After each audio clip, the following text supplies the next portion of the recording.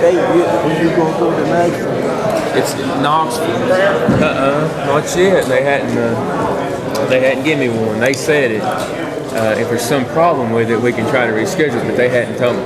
Usually it's at least a month after we get that brief, and we got it toward the latter part of February. So I would expect here in the next couple of weeks or so they'll at least schedule a date. It may be April. I'm not sure. But yeah, I'll let you know. I'll let you know. Yes, ma'am. Have you heard anything from the DA on this deal? On the budget stuff? Last I heard from him, he wasn't pursuing anything. That's the last thing I heard from him. He looked into it and talked to General's office, and he wasn't pursuing it. That's the last I heard. That's been 3 weeks, maybe. I haven't talked to him since then, unless something.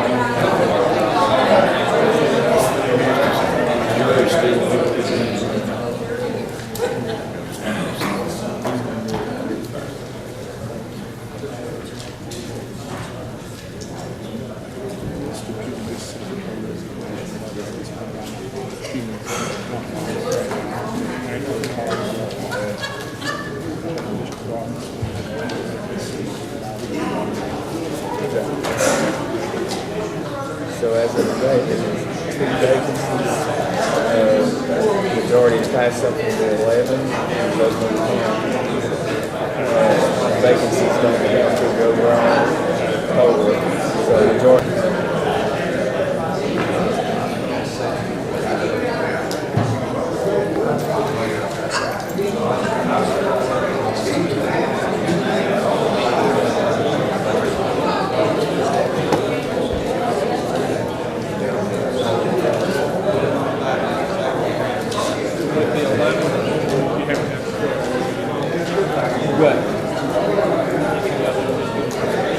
Yeah, we've got 22. You're right. Yeah, I was just thinking those. Yeah, we've got 22 members. We've got 12. But I still think, is it 15 to 2 parts if we need that? I'm not a math person.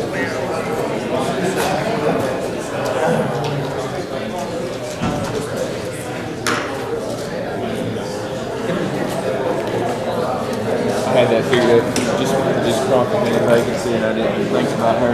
Yeah, it'd be 15, Okay. 14 and a half. So 12 votes will pass.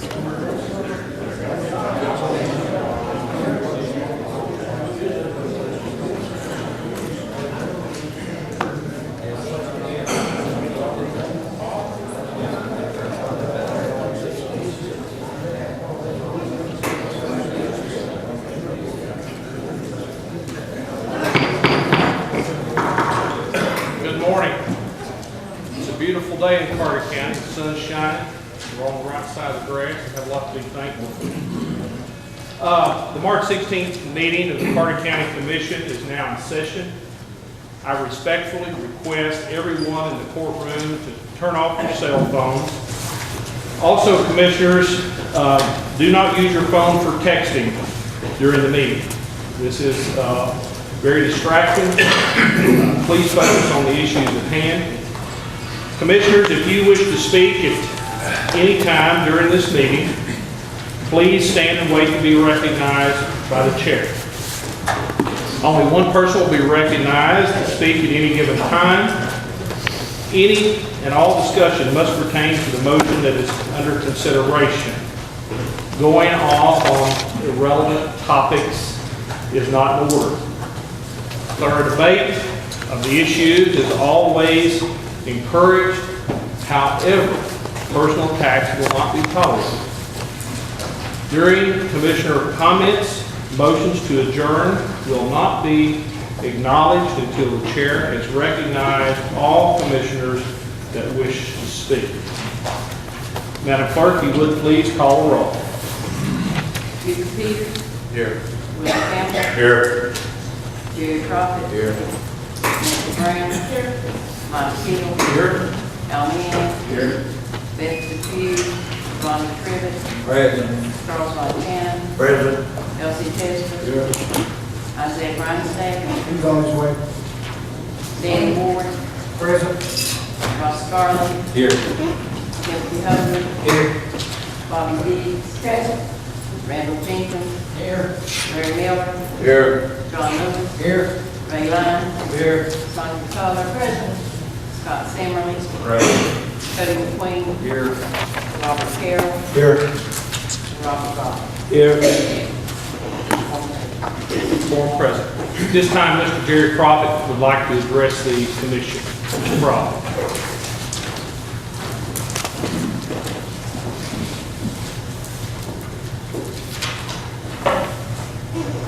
Good morning, everyone. The reason I'm up here today is after reviewing Mr. Harden's research on my moving from District 1 into District 4, I am no longer a commissioner in Carter County because of the fact that I obtained a residency outside of my district. And the only reason I'm up here today is not to review his findings, is only to explain the reason why I did move. Now, this goes back into the spring of 2014, and at that time I was notified by the Elizabethton Airport, and by the way, I live in Hunter, and I live at the end of the runway at near the airport. Anyway, I was informed that the state planned to acquire my property along with around 9, 10 others, and that to be making preparations to move. After that point, it was sometime, I'm going to say maybe 2 or 3 weeks before, I heard from another official from the airport, came to my house, explained to me the procedures that they were going to take to acquire my property and the steps I needed to be taken. Shortly after that, there was the person from the committee that came to appraise my property, and then I was told it would be a few weeks before I was to get paid for my property. Now, as I said, this is in early spring, and this might resolve some questions or some statements as to the fact that I knew I was going to move before I ran for commissioner. Well, I did know that there's in all likelihood I would move, but being that it was that time of the year, I had time to acquire a home in District 1, which my intentions were set at that. Anyway, I have been through more hollers, and I've looked at more houses, and I've contacted contractors to build for it.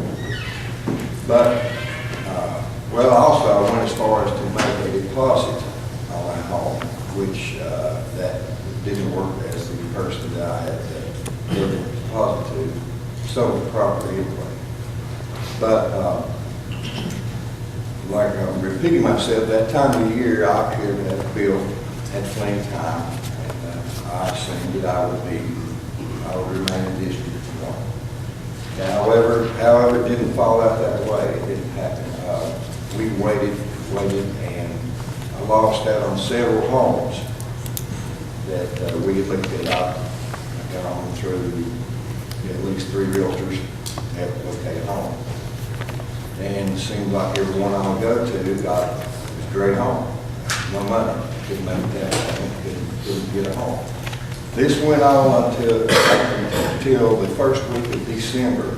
And as you know, we were not mowing our lawns, and the weather wasn't very, very good to be starting a home. But anyway, the homes that I had looked at, of course, were all gone, and I had a 90-day notice to move from the property. So the home I'm living in now had been looked at early on, and with really no intentions of moving there.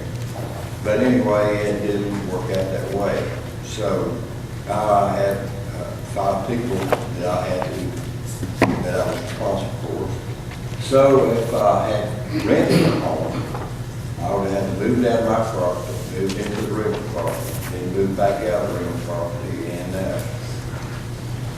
as I said, the weather was not really going along real well with my intentions.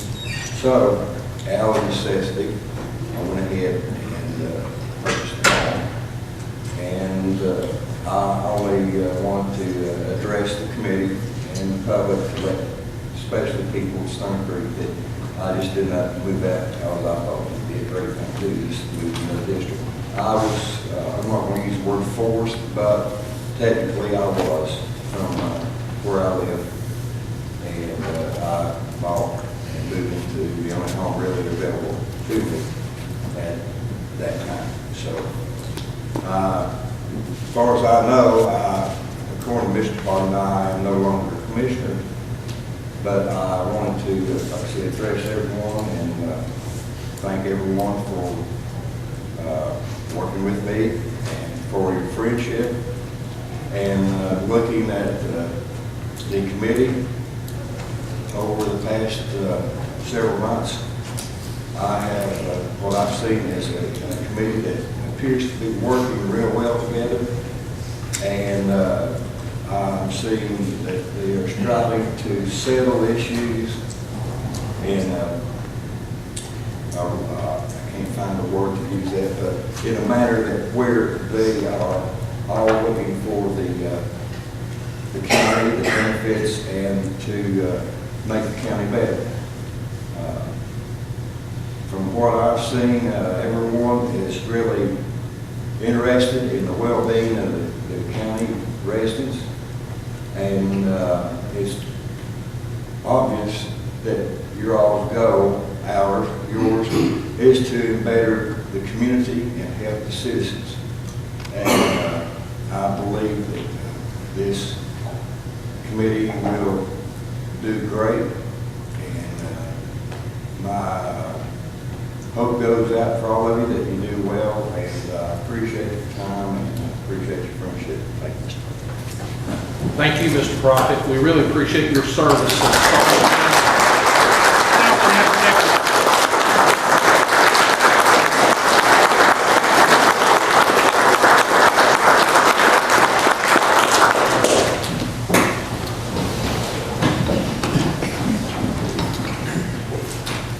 If you would please bear with me just a moment. Ms. Beth Depew had sent me a text message just a few minutes earlier. Did not have time to make copies and get that to you, but I'll read the letter.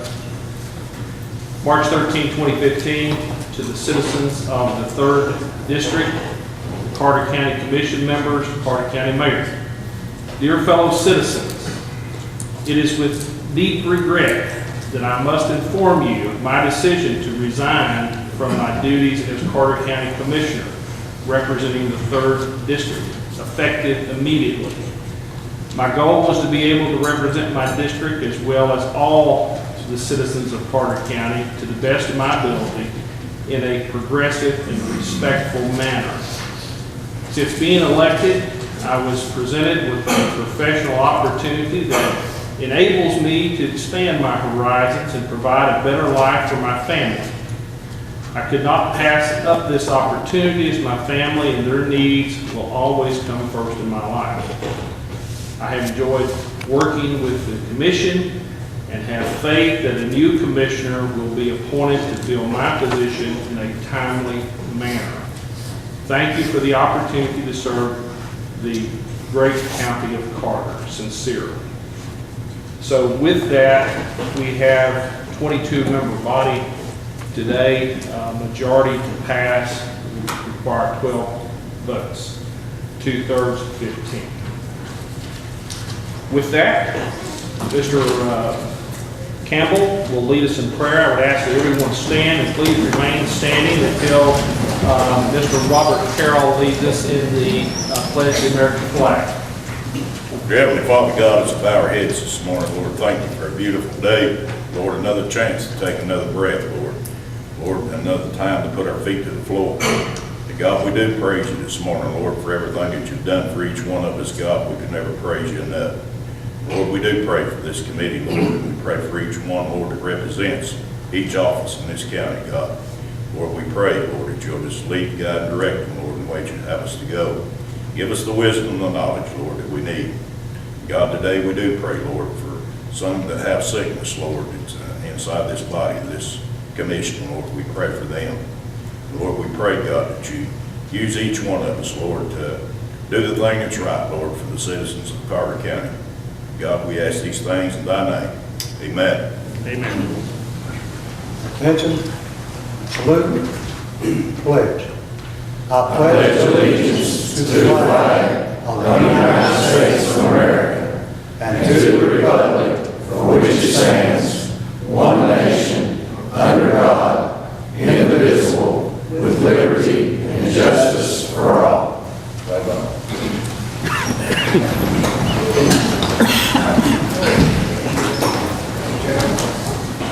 Yes, sir. I'd like to, if I understand the law, is this attorney, Josh, to clarify this, we have a 24-body member. If I read the law correctly, and I stand being I need to be, then it still takes 32. Although I know the 2 members just resigned, but this is a 24-member body. Can you clarify that? It takes 13. Go ahead. No, sir. The law is when there's an actual vacancy, not just an absence. Like if the commissioner was still technically in office and just not here, we would still have to get to 13. But when there's a vacancy, now we have 2, those don't count toward the total body. So it would only take 12 to be a majority to pass something today. That's when there's a vacancy in office. Thank you. At this time, I'd like to recognize the elected and appointed officials and any other visitors that are with us today. If you would please stand. Thank you for your service.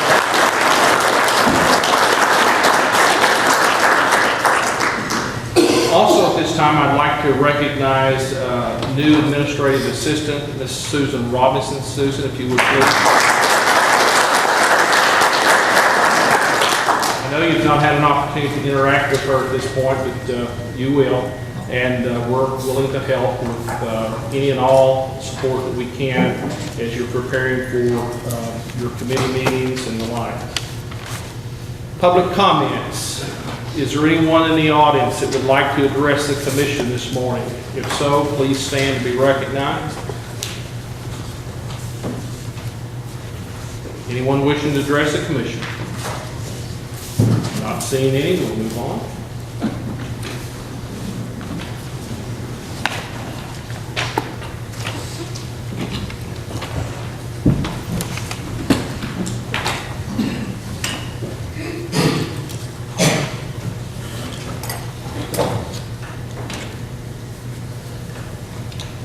Whereas April is the month in which the people of the Confederate States of America began and ended a 4-year heroic struggle for states' rights, individual freedom, local government control, and determined struggle for deeply held beliefs. And whereas Carter County supplied citizen soldiers and officers who fought for their beliefs in this great struggle.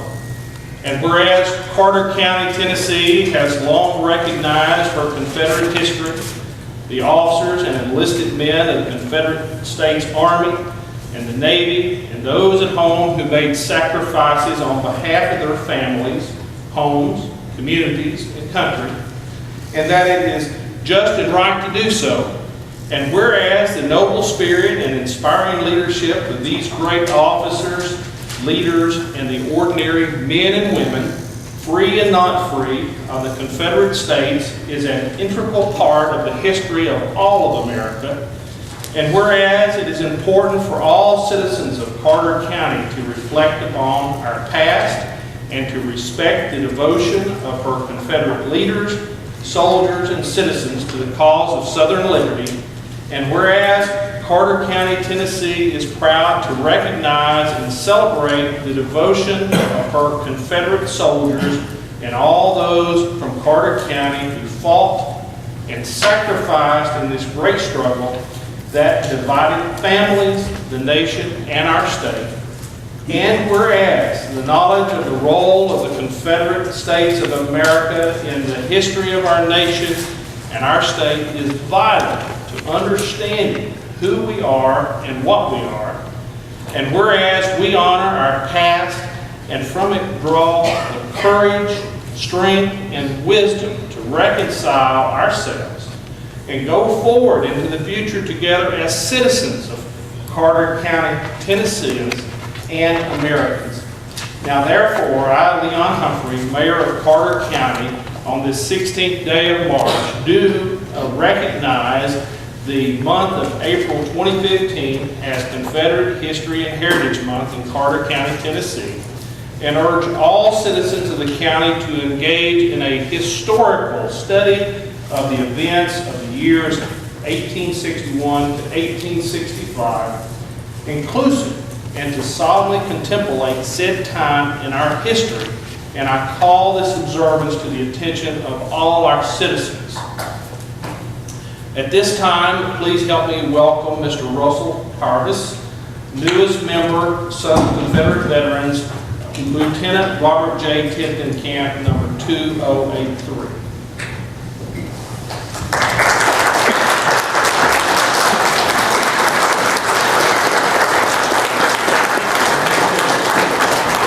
Also, I'd like to present you with a framed copy of the proclamation. I think you Charge to the sons, to you, sons of Confederate veterans, we will commit the vindication of the cause for which we fought, to your strength we give him the defense of the Confederate soldiers' good name, the guardianship of his history, his emulation of his virtues, the preparation of those principles which he loved, which you love also, and those ideals which made him glorious, and which you also cherish. Lieutenant General Stephen Lee. Thank you. Thank you, sir. Thank you.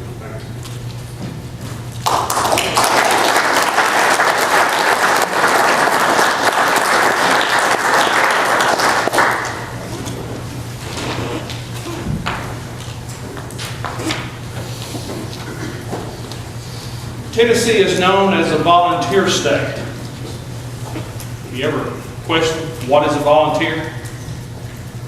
I think that can best be answered by sharing with you a poem by Foley titled, "I'll Show You a Volunteer." Show me a person who spends endless hours in training without pay, and I'll show you a volunteer. Show me a person where a cry for help brings split-second dispatch, and I'll show you a volunteer. Show me a person who is devastated when lives are lost or maimed, and I'll show you a volunteer. Show me a person who is graciously welcomed as a next-door neighbor, and I'll show you a volunteer.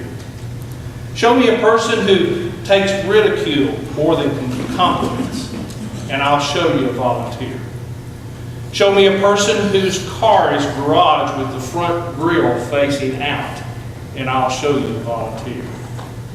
Show me a person who sacrifices home life, TV, even tender moments, and I'll show you a volunteer. Show me a person visibly moved at the strains of our national anthem, and I'll show you a volunteer. Show me a person who may be asked to give more than just dedication, and I'll show you a volunteer. Show me a person who is asked to give more and more and more, and I'll show you a volunteer.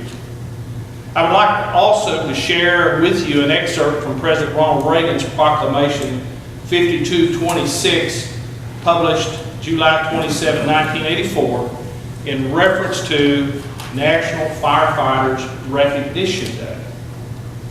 Throughout our history, the American spirit has been distinguished by the ready willingness of neighbors to join together and help one another. The tradition of voluntary community service is as important today as it was in the founding years of our country. Our nation's volunteer firefighters carry on this truly American tradition of citizen response for the common good. Like the Minutemen of our early years, these volunteers are ready to respond on short notice to help fellow citizens in need.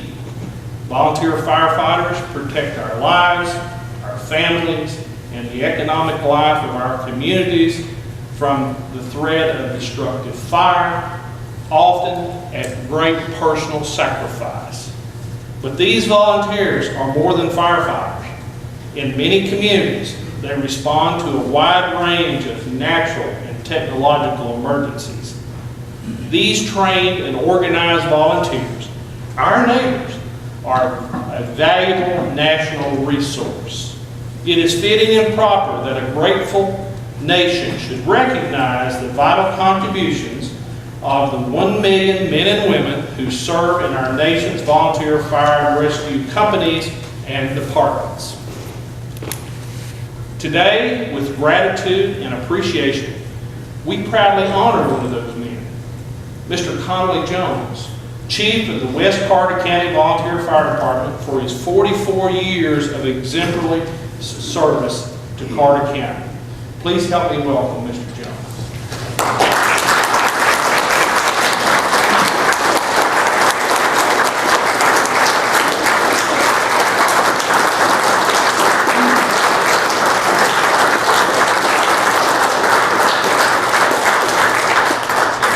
Mr. Jones, 44 years is a long time by any scale, so we really appreciate all your dedicated service to this county. Have more here. It wouldn't be that way. So let me just present you with this, if you would turn around.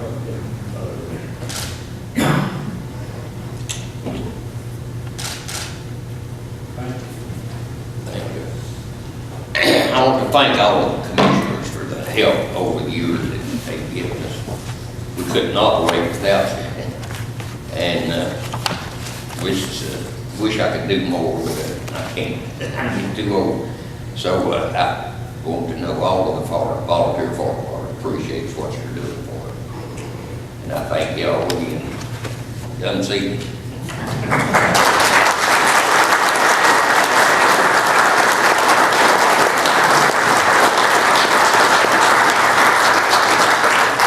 Sacrifice that Mr. Jones has with him his family today. If you would please stand and let's give them a round as well.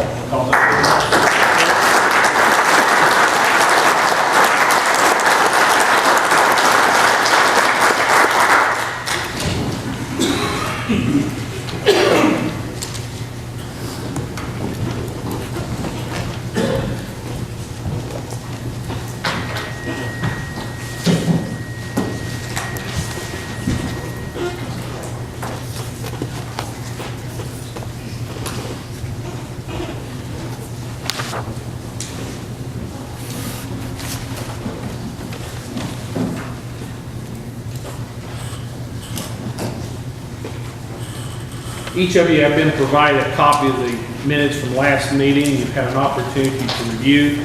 This time, Chair will entertain a motion. Motion made by Mr. Lyons to accept. Mr. Lewis seconds. Any discussion? Couple of corrections. Okay. On page 637,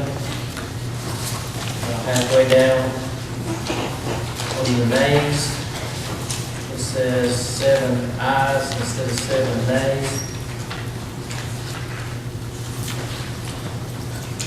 Okay. Any others? And on page 640, same situation, about a paragraph below, it says 3 ayes, and it should say 3 nays. Any other discussion or any other corrections? Mr. Ward. This is Mr. Arden, on page 642, you stated your opinion was voted down and not recommended by committees, should that not be brought back to the commission. I'll ask you a question. With that being said, would something that's voted on during a commission meeting that has been brought out of the committee and it fails, should that not go back to the committee to be brought back out? No, I mean, there would have to be a motion to send it back to the committee If something comes in the commission meeting, it's voted on by the full commission and fails, it either is dead, it can be represented, or it can be referred back to committee, but that wouldn't happen automatically. Not in my opinion. Any other questions? With that, Madam Clerk, please call the roll. Buford Peters. Willie Campbell. Nancy Brown. Mike Hill. Al Meehan.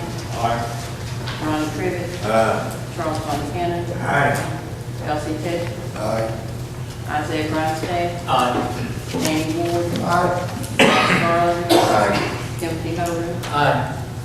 Bobby Dees. Randy Jenkins. Larry Miller. John Lewis. Ray Lyons. Sonia Coler. Scott Semmerly. Cody McQueen. Robert Carroll. Robert Goff. All ayes, motion passes. This time the notaries and bonds. Madam Clerk, if you would please read the notice.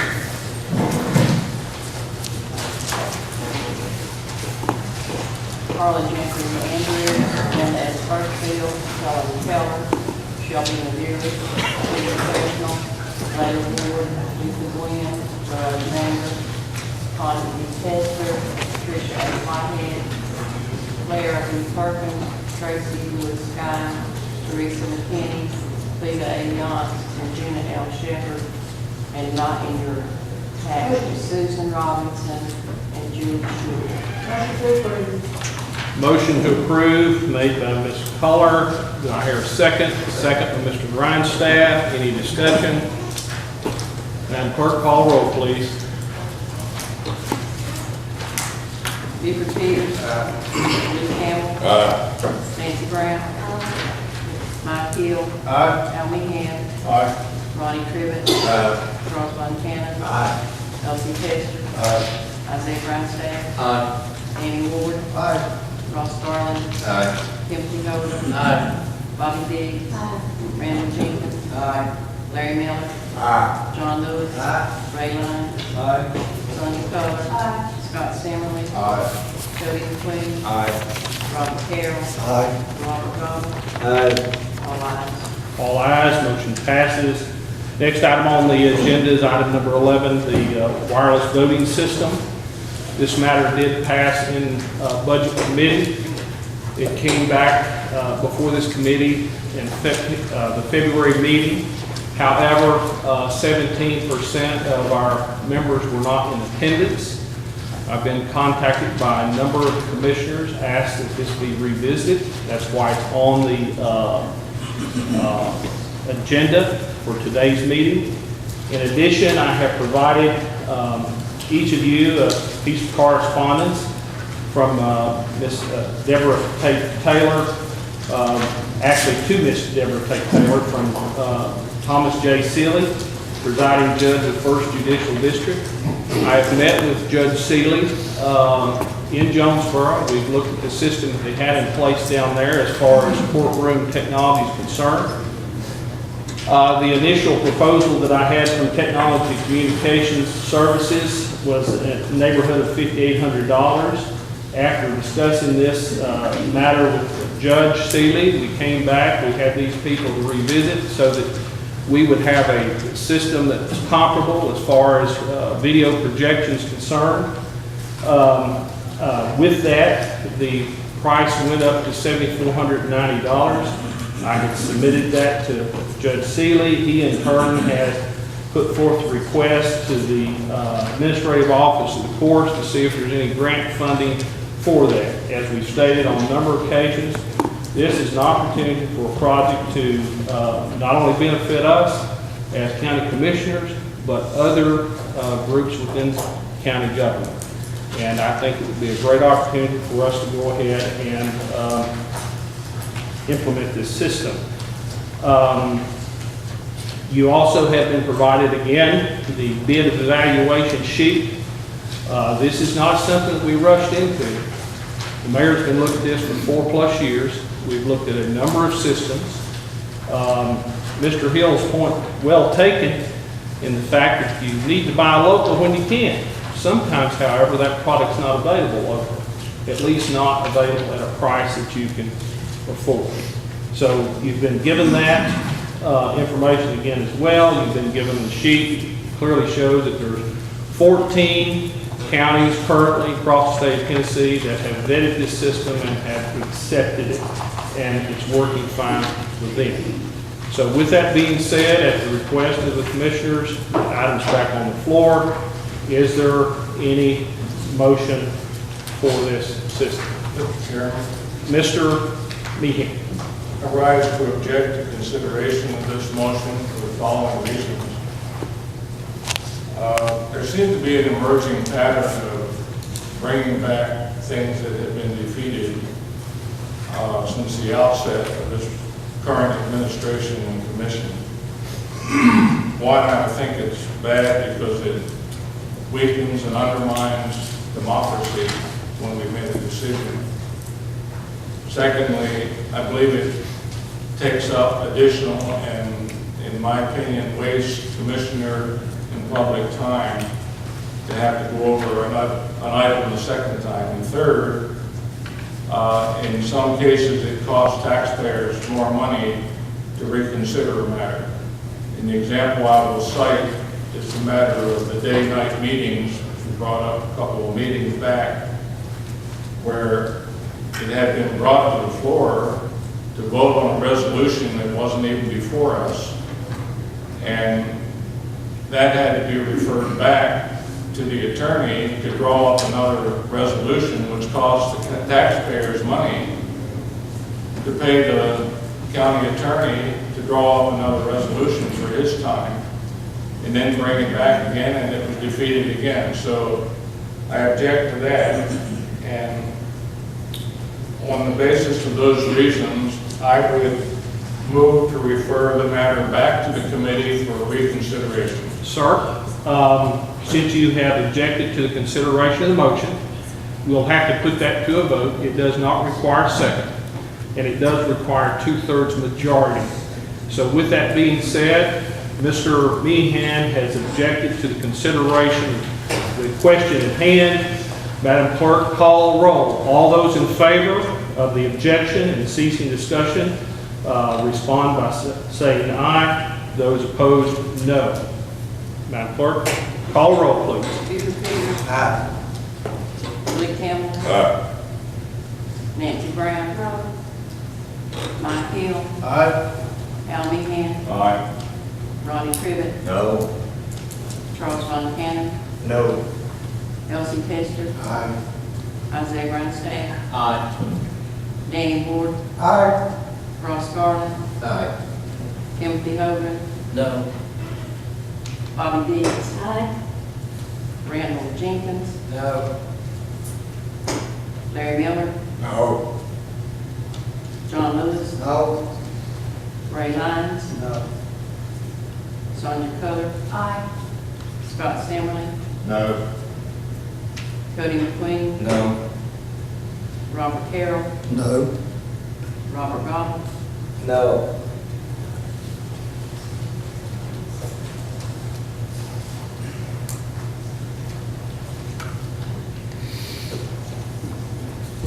Noes, 10 yeses, 12 noes, motion failed. Mr. Lewis? Okay, now, I disagree with Ken Meehan here. A lot of this stuff, he wasn't here, Ford wasn't here last time. And I have read the paperwork, I have seen it work.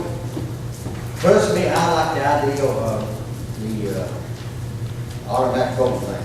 So I'm gonna make a motion that we go ahead and buy it and put it in. Have a motion made by Mr. Lewis, second by Ms. Brown. Mr. Discussion, Mr. Ward. Again, I'd like to talk to the fellow commissioners. You know, this is taxpayers' money that we're spending. Yes, it's in his budget to do so, if he pleases. But, again, you've got to see that one system. You don't see anything else. So how can we vote, see for one system? How can we vote on that? We gave you the opportunity, Mr. Mayor, to see a system and bring it before us. I I have asked you time after again to bring other systems to us. I'm for updating the courtroom. I'm for moving forward. But, sir, you've not given us an opportunity to see anything else but what you want. That's not fair to us. That's not fair to the citizens of Carter County. That's not fair to anybody. You know, let's do the right thing here. You guys, when you vote for this, use your conscience. Because we are using taxpayers' money to do this. Remember that, John. Yes, sir. Mr. Hill. Yes, sir. As you recall from last meeting, I did talk about how I had done some drilling down into the different systems that are available. Ms. Davis, who's the clerk of court in, it's either Unicoi or Hawkins County. I didn't get my old emails that I did circulate to everyone regarding my research, but she stated that they were in the process of transferring over or acquiring and switching to the e-meeting system. And that's not a statement I'm making to dog out Roll Call Pro, okay? But that does present what I would consider to be an opportunity, perhaps, if I could make a suggestion. And I'll be glad to make the phone calls. I have not had time to do so because I wasn't sure I would be authorized to, but it seems to me that there would be a Roll Call Pro system that would be available possibly at a significant discount since they're in the process of eliminating that from their operation. Mr. Hill. Okay. Mr. Peters. Being this concerns taxpayers' money, I feel like we have two districts here that are underrepresented this morning. I know folks just not being here. And therefore, I don't think that the taxpayers of the county are being fully represented, especially the first district and the other district. Ms. Brown. We have the second district that's still not straightened out on whether we can take time off and be at meetings or not be at meetings too. That hasn't been brought back yet. Okay. Mr. Von Cannon. Some of the references are made to cheaper systems by other counties. The fact of the matter is that some of the other counties have fewer commissioners.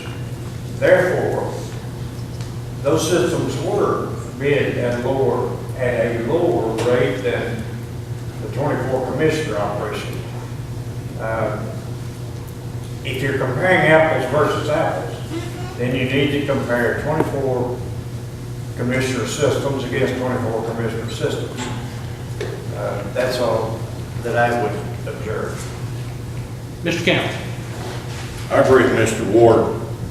I believe it's money, it's taxpayers' money.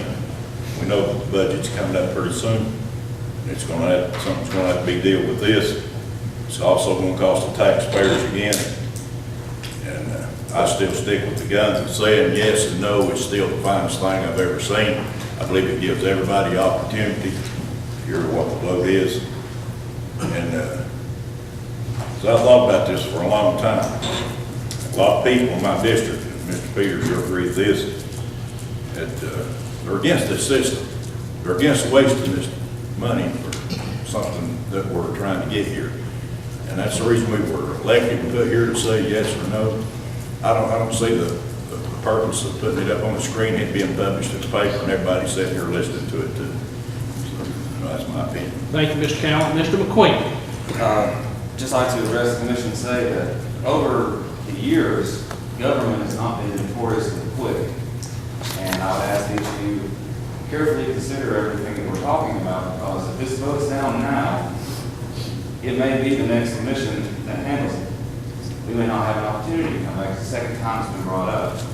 And also that extensive research has been done to find the cheapest system, which is, in my discussions with the mayor, the only reason that it hasn't been brought in to the point, as I said. So carefully consider what you're doing. This might be the only opportunity we have to make an advancement in this field for the next 4 years. Mr. Ward. Point of order. The commissioner is only allowed to speak one time to one issue based on Robert's Rule of Order.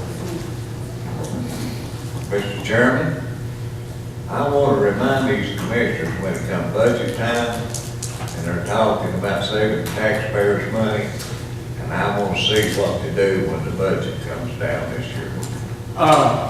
Let me just make a statement here. Mr. Hill has on a number of occasions talked about the E-system. Now, this is not the mayor's system. Our finance director published an advertisement. We put it out to the world. We put it out to the world for all those people that provide these types of systems. We're more than welcome to come in and put in a bid. So this is not something that was rushed. This is the way we always do business. There's no way that the mayor would reach on the shelf and pull one off and say, this is the one I want, and only the one I want. So, Mr. Hill, your system did put in a bid, the manufacturer, BIS, for the same system. Instead of $16,000, it was $29,900 or $90. So please listen, look at the facts before you make your decision. The motion's on the floor.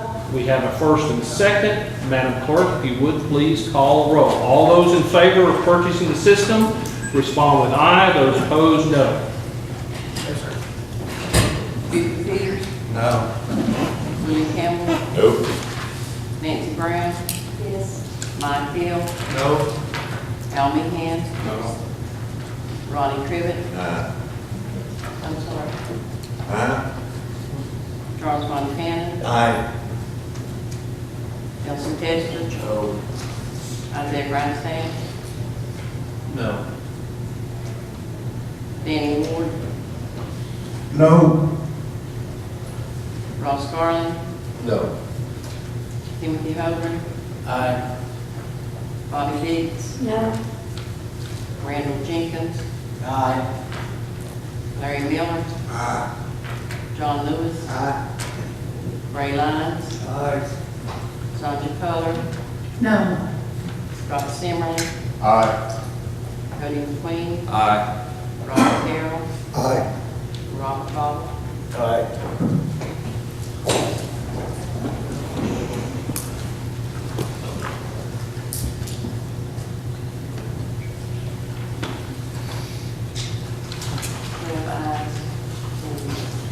12 ayes, motion carries. Next item on the agenda,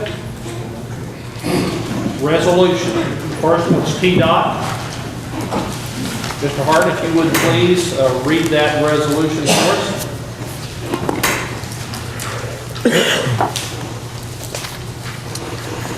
This is a resolution to accept and authorize the grant from the State of Tennessee Department of Transportation for the Carter County Leader Grant Program for fiscal year 2015-2016.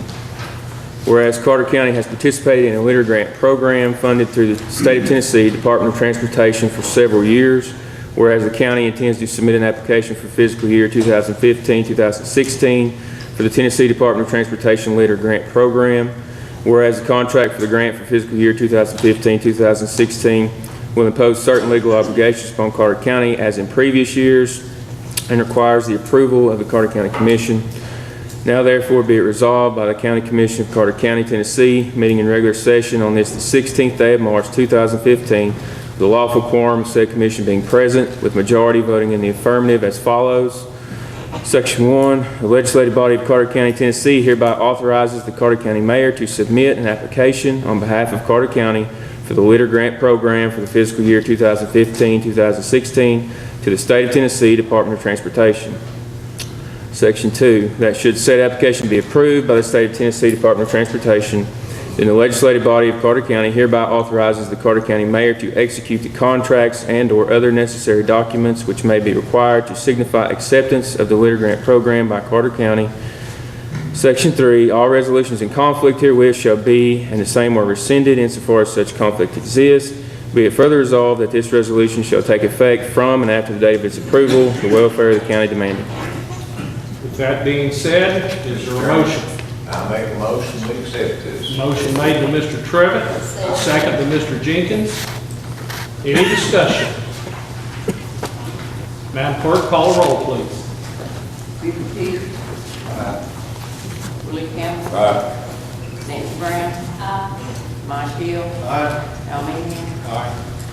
Ronnie Crivitt. Charles Montana. Elsie Testor. Isaiah Brownstein. Danny Ward. Ross Garland. Timothy Hogan. Tommy Dees. Randall Jenkins. Larry Miller. John Lewis. Ray Lyons. Roger Cole. Scott Zimmerman. Shirley McQueen. Robert Harrell. Robert Goff.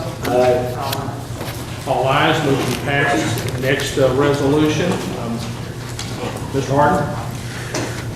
This is a resolution honoring the life and service of Ralph Cole and requesting that the portion of State Route 91 in the Stony Creek community of Carter County, currently designated as the Rondell Cole Memorial Highway, be redesignated as the Ralph and Rondell Cole Memorial Highway.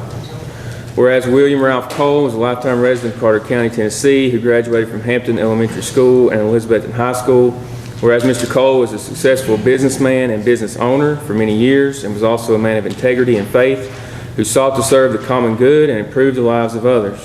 Whereas Mr. Cole represented the citizens of Carter County in the Tennessee House of Representatives for 6 terms from 1990 to 2002, serving on the Finance, Ways and Means Committee, the Commerce Committee, the House Ethics Committee, and the Veterans Affairs Committee. Whereas Mr. Cole was also a military veteran, having served his country honorably in World War II as a member of the United States Navy. Whereas Mr. Cole lived an exemplary life of service to others, not only within his community, but also to those within this state and country. Whereas Carter County and its residents were among the beneficiaries of Mr. Cole's life of dedication and public service. Whereas the County Commission of Carter County would like to formally recognize and honor the life of Ralph Cole and his service to Carter County by adopting this resolution in his honor and by requesting that the State of Tennessee Department of Transportation officially redesignate the portion of State Route 91 in the Stony Creek community of Carter County, currently known as the Rondell Cole Memorial Highway, as the Ralph and Rondell Cole Memorial Highway. Now therefore be it resolved by the County Commission of Carter County, Tennessee, meeting in regular session on this 16th day of March 2015, with the lawful quorum of said commission being present, with majority voting in the affirmative as follows: that the County Commission of Carter County, Tennessee hereby adopts this resolution honoring the life of Ralph Cole and his service to the citizens of Carter County. That the County Commission of Carter County, Tennessee hereby respectfully requests that State Senator Rusty Crowe and the other elected representatives for Carter County currently serving in the Tennessee General Assembly take the appropriate action at the state level on behalf of Carter County to officially redesignate the portion of State Route 91 in the Stony Creek community of Carter County as the Ralph and Rondell Cole Memorial Highway. Be it further resolved that this resolution shall take effect from and after the day of its approval, the welfare of the county demanding. With that being said, is there a motion? I so move, Mr. Chairman. Motion by Mr. Trivett. Is there a second? I'll second. Second by Mr. McQueen. Any discussion? Mr. Lewis? Mr. Mayor, Yes, sir. personally, I don't know Rick Ralph Cole. I know him, that. But now I done told you people that about 8 years ago, they were going to rename this highway and people's country didn't like it. Now, I'm curious. I had a call from a member of Devil's Stony Creek. Now, I know you put these little things in the paper, little green things, special notices in the papers, that anybody wants to protest to come down to the highway here, nobody can. But evidently, if you get people's attention on Stony Creek now, maybe get the Peters and this accountant, they won't like about it. But anyway, this guy named was Collins, and he said that people in Stony Creek don't like them changing that highway and putting somebody else's name on it when the 4 POW on Stony Creek and one of them still living, that they think they ought to name the highway in somebody like that until they put the Ralph Cole name on it. And like I said, ain't nothing personal involved in it. But I think you don't have a meeting at the high school and give these people on Stone Creek able to come out and speak their opinion about it before we go with this. Mr. Campbell? I agree with Mr. Lewis. We've had a lot of feedback on this. I think it was sort of a little bit not represented the way it was supposed to be. They think that the POWs and a lot of them, they think, and the veterans, that we're changing Stony Creek instead of changing the word to 91. But we're trying to get people, we call them, we tried to get them to understand. I agree with Mr. Lewis, this needs to be tabled and have a meeting, maybe at the high school or somewhere, get people to understand what's going on. And I do respect our Mr. Cole and the rest of this. And these POWs, you know, and, he was mentioned, as Mr. Lewis did, had several calls about POWs now being put on the same list. So, you know, I have to speak for the people of the First District. I have no conflict either way. You know, we need to recognize this. Mr. Von Cannon. Ralph Cole was a very efficient representative in my opinion. He not only did a lot of work for Stony Creek, however, he also worked tirelessly for getting the Gap Creek Road project started. Carried on later by Jerome Carpenter, and of course, basically finishing shortly under the term of Mr. Williams and Mr. Postphone. However, that was a 20-year project. But Ralph Cole, you got to remember, started the ball rolling on this project. And it is going to be something that will help the residents of those two districts and get your people to town. I don't know whether it's going to help Johnson City or it's going to help Elizabeth, but Ralph Cole did start the ball on the Gap Creek project. Mr. Peters. Like Mr. Campbell, I've had a lot of phone calls on this, and I'm neither here nor there. But there's a lot of misunderstanding in the Stony Creek community on what the process is and even what's going to happen. And they really didn't know anything about a highway committee meeting. I know it's put in the paper, but there's very few people that takes the paper. And so it might be appropriate to maybe send this back to the highway committee and get a better understanding of it, because there's going to be a lot of controversy over it. Just in response to that, Mr. Peters, you know, as elected officials, it's our responsibility to educate the folks when they call us with concerns. And this highway committee has made it clear, just this past few months, that we will not change a road name to something other than what's already there when it's been dedicated in memorandum to or memory of. And in this case, the road name is changing only by the addition of one name. So I think the committee has made it clear that at no point in time would they come in and take down Mr. Rondell Cole's name and put someone else in place. Is that not correct, Chairman Hill? That's pretty accurate, yes, sir. Okay, so in this case, when we understand what's happening here, we've got a name, a section of highway that's named in memory of Mr. Rondell Cole. What's happening here is you're adding his brother as part of that. Would you like to speak on that, sir? Well, we talked about it we spent a good 25, 30 minutes on it. And we've had this issue before and decided not to change the name of the road. This request did come to us from Senator Rusty Crowe's office. It was way above our pay grade. It was a request from Senator Crowe.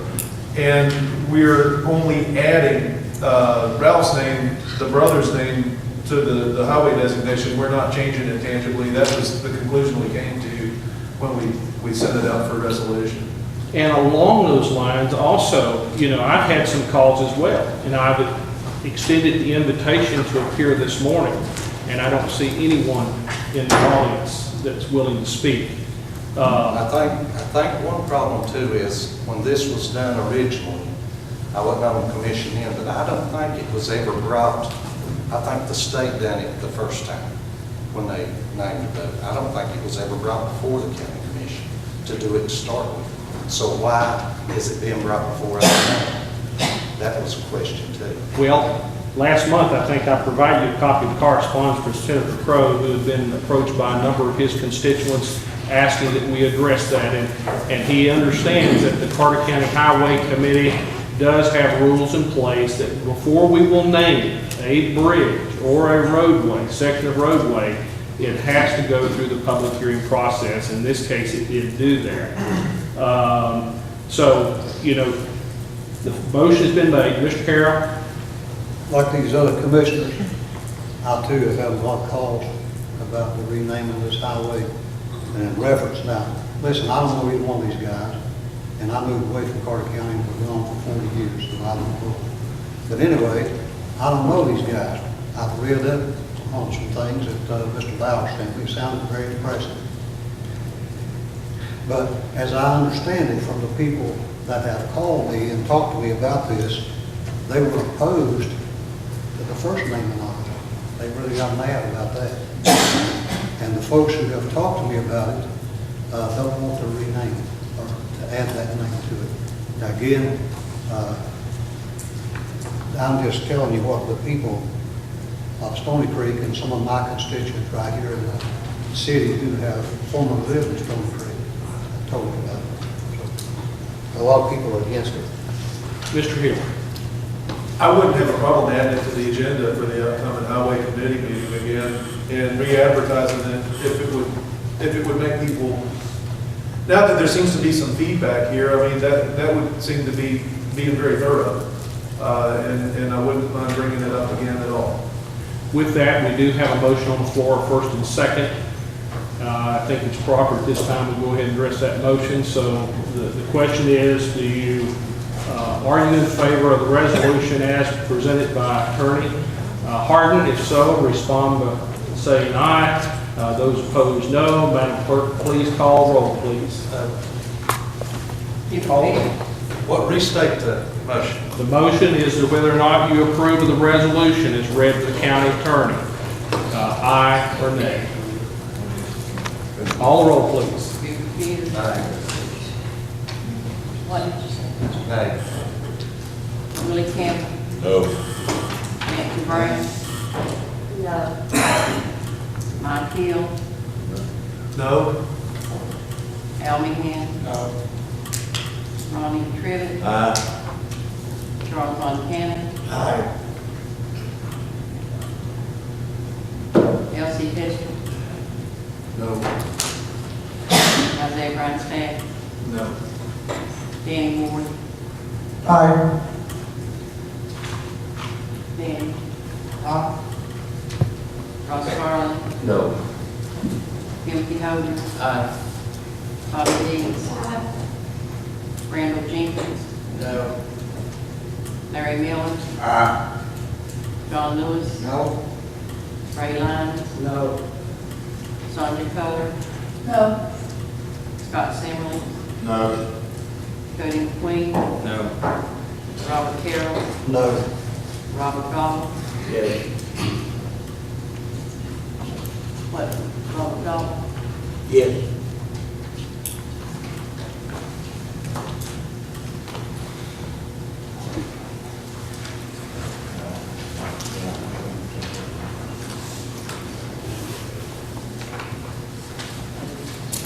and,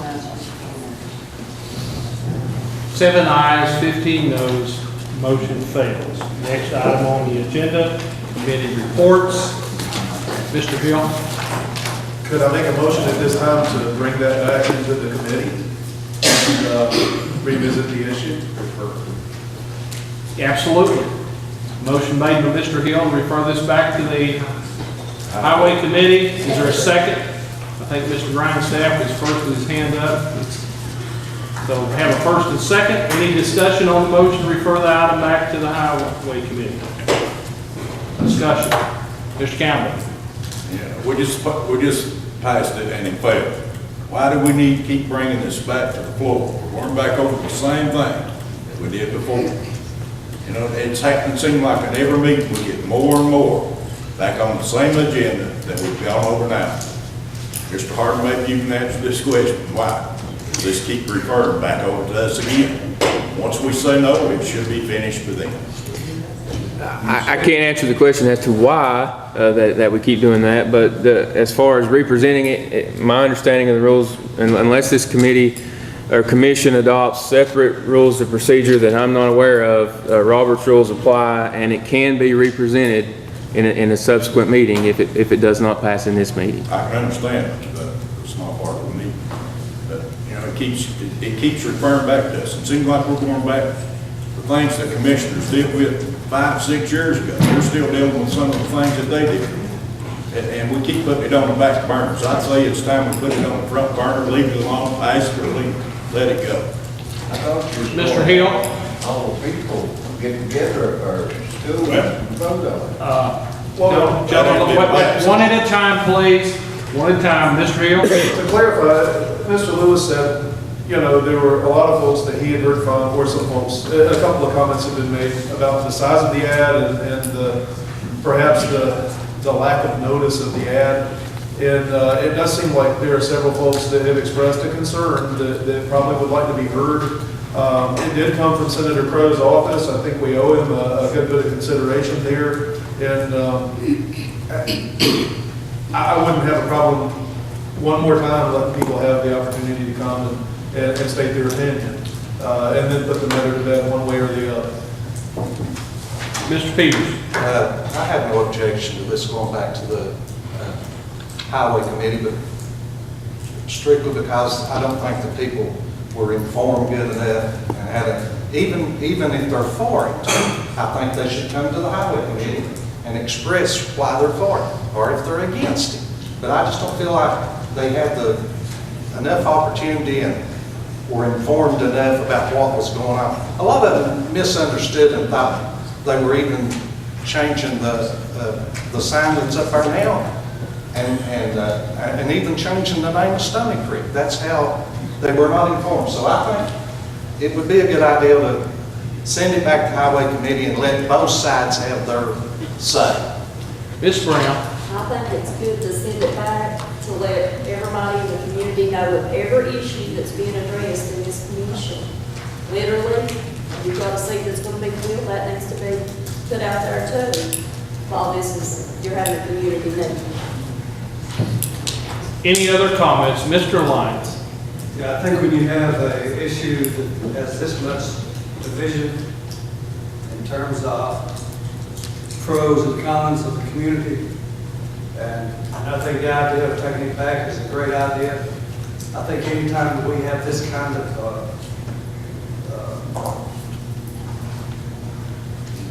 I guess, information that we need to really consider, I don't see anything wrong with taking it back and bringing it back. I don't think it goes back to 5 years ago. And let me say this too. I've worked with Senator Crow for years. And I don't mind saying that Senator Crow doesn't run this commission. And I'll go on record saying that. Question on the motion. Mr. Hill? The committee meets on the 6th of April at 6 p.m. and we've got the Star here and we've got the Compass. So hopefully we can get a little more advance notice of the meeting. I'd just like to point that out. With that being said, I'm going to ask you to go ahead and call the roll in reference to the motion. Motion was to refer it back to the Highway Committee, and that motion made by Mr. Hill. You know, this process was handled the same as all other public hearings that we've had in the past. The proper advertising was out. So, again, as commissioners, we are responsible for helping educate, better inform our constituents when they call. And that's what the mayor does. And I think each of you need to do this likewise. But if there's a problem with our advertising, I know not long ago, we advertised both in the Johnson City Press and Elizabeth Star, and for budgetary reasons, we cut that. We put this on our website. We're getting the information out as best we can. So that's maybe something that you guys need to be thinking about, is how we advertise if what we're doing now is not working. Madam Clerk, call the roll, please. Mr. Peters? Lee Campbell? Yes. Nancy Brown? Mike Hill. Al Meehan. Ronnie Crivitt. Charles Montana. Elsie Testor. Isaiah Grinstead. Danny Ward. Ross Garland. Timothy Hogan. Bobby Dees. Randall Jenkins. Larry Miller. No. John Lewis. Ray Lyons. Sonia Coler. Scott Singleton. Cody McQueen. Robert Carroll. Robert Goff. 21 ayes. 21 ayes, motion passes. So Mr. Hill, you'll take charge of that, correct? I'll put it on the agenda, sir. Okay, we'll go straight into committee reports, and the first will be budget. Ms. Culler? Thank you. Again, we refer to your items in your packet, approved by the budget committee. First item to, I make the motion to accept the donations to the animal shelter totaling $637.50. Madam Chairman, if you would please refrain from making the motion, just let the committee know what action was taken in the budget committee, and then we'll ask the participants on the floor to make that motion and second. And I would like for all chairmen to do that likewise, because I have noticed in the past that the chairman does not always make the motion on all items. They've been very selective about that. So if you would please just report the activity, and then we'll ask the floor for a motion. To list of donations for the animal shelter, we need a motion to accept the donation of $637.50. Motion made by Mr. McQueen, second by Mr. Ward. Any discussion? Madam Clerk, call a roll, please. Buford Peters. Billy Campbell. Nancy Brown. Mike Hill. Al Meehan. Ronnie Crivitt. Charles Montana. Elsie Testor. Isaiah Grinstead. Danny Ward. Ross Garland. Timothy Hogan. Bobby Dees. Randall Jenkins. Larry Miller. John Lewis. Ray Lyons. Sonia Coler. Scott Zimmerman. Cody McQueen. Robert Carroll. Robert Goff. All ayes. All ayes, motion carries. Next item. Next item is the to approve a General Fund 101 Amendment 10 for a total of $18,817.65. With item number 8, and we have we need a motion to approve $12,293.05. This amount will be coming from the fund balance. This is a result of hiring an outside counsel for the Court of Tennessee Taverns versus Carter County. It was approved by this body in 2004. I'll make a motion to pay. Motion made by Mr. Lewis. Is there a second? Second by Ms. Brown. Any discussion? Madam Clerk, call roll, please.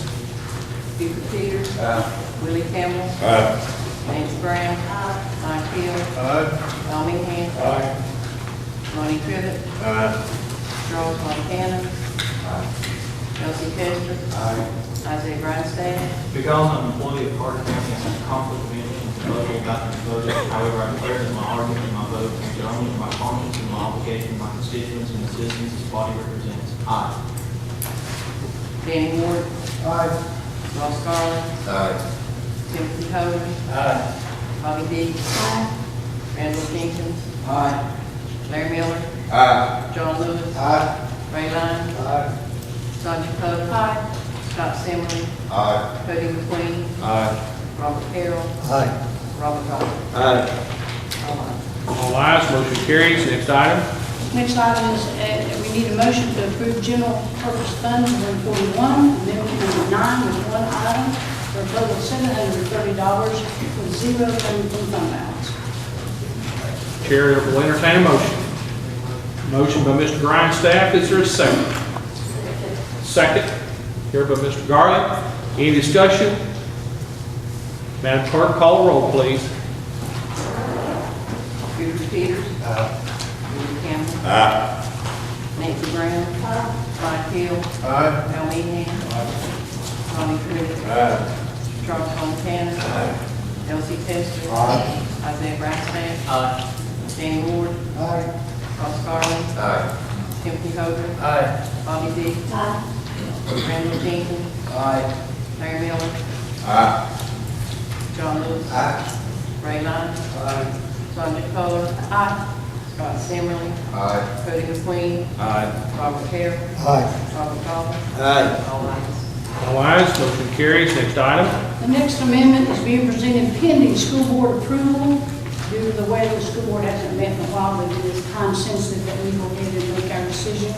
We need a motion to approve General Purpose School Fund 141, amendment number 10, with one item for a total of $360,957.09, zero coming from fund balance. Is there a motion? Mr. Tester made the motion. Is there a second? Second by Mr. Jenkins. Any discussion? Call roll, please. Peter Peters. Willie Campbell. Nancy Brown. Mike Hill. Al Meehan. Ronnie Tribbett. Charles Montana. Elsie Tester. Isaiah Grinstead. Dan Ward. Ross Garland. Timothy Hogarth. Bonnie Dees. Randy Jenkins. Mary Miller. John Lewis. Ray Lyons. Sonia Coler. Scott Semley. Cody McQueen. Robert Carroll. Robert Goff. All ayes. All ayes, motion carries. Let's move on to buildings and grounds. Mr. Lyons, are you ready, sir?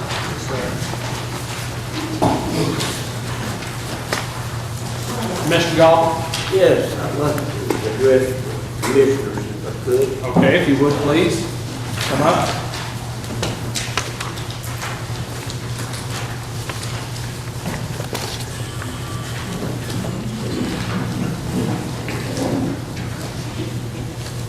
I know last month I brought up the subject of Carter County tomorrow.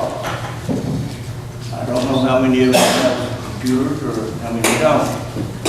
But if you bring up Carter County tomorrow, you're not going to find anywhere in our world we have any customers or hourly wage jobs coming into Carter County. Now, we've done this program for 7 years. And I think it's high time that we quit funding this program and look for a new, different solution. So at this time, I would like to put in the form of a motion that we quit funding Carter County tomorrow today. I'll make a motion. I have a motion by Mr. Gobble to cease funding immediately to Carter County tomorrow. That motion was seconded by Mr. Carroll. Any discussion? Mr. Montana? This may be a mistake. It may not be a mistake if we interchange it with a known direction afterwards. But having some experience in this world, I have defended the effort made by Carter County tomorrow through the old commission, and you folks know that. It was not an easy thing to bring industry into Carter County because we have no land, we have no building. Therefore, how can you hold someone responsible for something that we have not provided land and a building for the guide market? On the basis of that, however, the economy has improved and people are moving. But I haven't heard a report since the new commission has been here about what's being done. Therefore, I would have to support the motion. Don't know which of you two guys were first, so Mr. Ward? Wait a minute. You know, everything they do, we're not aware of. We can't ask them. But it's very important to this community to keep this going. Because, you know, we talk about jobs and we get elected on promising jobs. The fact is, industry led this nation, not just this state and this county. You know, you buy something that's made in China, made somewhere because of that. But what they do is they look, Worcester County thrives on small businesses. And they work this, and they was a couple of, at different times, they was, people was going to pull out of here and leave. Because of Carter County tomorrow, they went and negotiated with these people and kept jobs secure. They do work, they are worth their money. And if we let it go, then as commissioners, the only thing we want to do then is go ask the taxpayers of this county to foot the bills for everything we need. It's a major mistake to put us back in the 17th century if we do this. Mr. Warren. As you guys are aware, I'm vice chairman of Carter County Tomorrow. I represent this body to Carter County Tomorrow. And I beg you, please do not take Carter County Tomorrow away. We are working on things each and every day, every month, and I beg you guys to give us a chance. You know, I sit on this commission, and I respect everybody on this commission, and I go forward with what's been done. So give us a chance to work together as a team. We've restructured part of Carter County tomorrow. We are moving forward, so I beg you guys, please don't take the money away. Ms. Collins. A couple of things. One, the money has already been approved in this year's budget for this community, but that is probably not as important as the next point I'd like to make. And that is, this is a committee, the county and the city. And we are working together with the city. And I think that we need to continue this partnership. Also, I believe last spring, we had someone come in from the industry up at Stony Creek for the expansion. They brought in some more jobs, and it's a constant thing that we're working on. It's hard times. You know, we don't have a whole lot of places to put industry. Industry's not growing anywhere. But what we would be without what Mr. Anderson is doing, he is reaching out to families, he is talking to people. I think we need to keep this community. Ms. Brown. I've been here, this will be 9 years, and it's not been money well spent. A lot of times the county don't know what's happening with that community, and I don't feel like he's doing just for the county for what he's getting paid. Mr. Peters. Mr. Mayor, are you on that board? I am. Okay. I've had some questions about the Bible distributor building and those people moving out. Could you give us an update on what's going on there? Have they moved to another county? Has another county offered them? They have not moved at this time. It's my understanding they're in the process of moving out of that location because the facility they're in now has been leased to another company. Mayor Alexander and I both have toured the facility. We've sat down and we've talked with the principals of that company. And at this point in time, you know, in the last 2 weeks, I haven't had an update, so I don't know exactly where they're at with that, Mr. Peters. And Mr. Tom Anderson probably needs to be on our agenda. He needs to come here and give us an update with exactly what he's done to help assist that company. Can we not find them a building in Carter County to try to keep them in this county? Sir, everything has been done that could be done to find a facility that would accommodate their facility. They looked at quite some time at another facility here that was available. However, that won't work. And there are just no other facilities right now that are on the shelf that would accommodate their business. I think we ought to do everything we can to keep that business in this county. I've heard that they have had some offers from another county. But besides that, I think we do need to keep Carter County tomorrow right now. We need to look at it and evaluate, but we don't need to jump into something. And like I said, it's already budgeted for this year. But we need to get a hold on it and find out what's going on, because we just can't let things like this, a good company with employees move out of the county. It's hard enough to get them in here. When we get them in here, we want to keep them. So we need to take a hard look at it and find out what's going on. But we don't need to jump to no conclusions on this today. Mr. Trivett. Mr. Chairman, this book company's already left and went to Bristol. And I know that they tried to get them a building here and nothing would satisfy them. And I'd like to know from Mr. Anderson how many jobs we've created here in the last 7 or 8 years. Because I don't know if he has. And I just don't believe that we are to fund him next year. Mr. Carroll? Listen, I've looked at this Carter County tomorrow for a long time. One of the things I'm interested in is economic development in Carter County. Now, some of the things that I have come up with, and I'll give you a copy of this if you want to. But Miss Amy New is the director of the 3-Star program. I've got a application that was submitted here. Now, to be honest with you, I went and jumped on my little 7-year-old grandson because I thought he had filled this out. I'll let you see it. Can't have it, but I'll let you see it. Also, there was a $10,000 grant available to us that was not even applied for. Now, let me move on. Y'all get the paper and read the paper. You talk about the Carter County tomorrow working with the city. Council refers funding for retail recruiter. Now, you'll have to read this, and I'll be happy to let you read it. John Hartman, he said Carter County and Carter County tomorrow have not been able to obligate the additional amounts for the contract. And the city was going to go into an agreement that they've been working on for 2 years to hire a retail recruiter to bring retail shops into the city. Now, I represent the city, the 8th district. I didn't know anything about this, but I saw it in the paper. That's in the Star, at the press.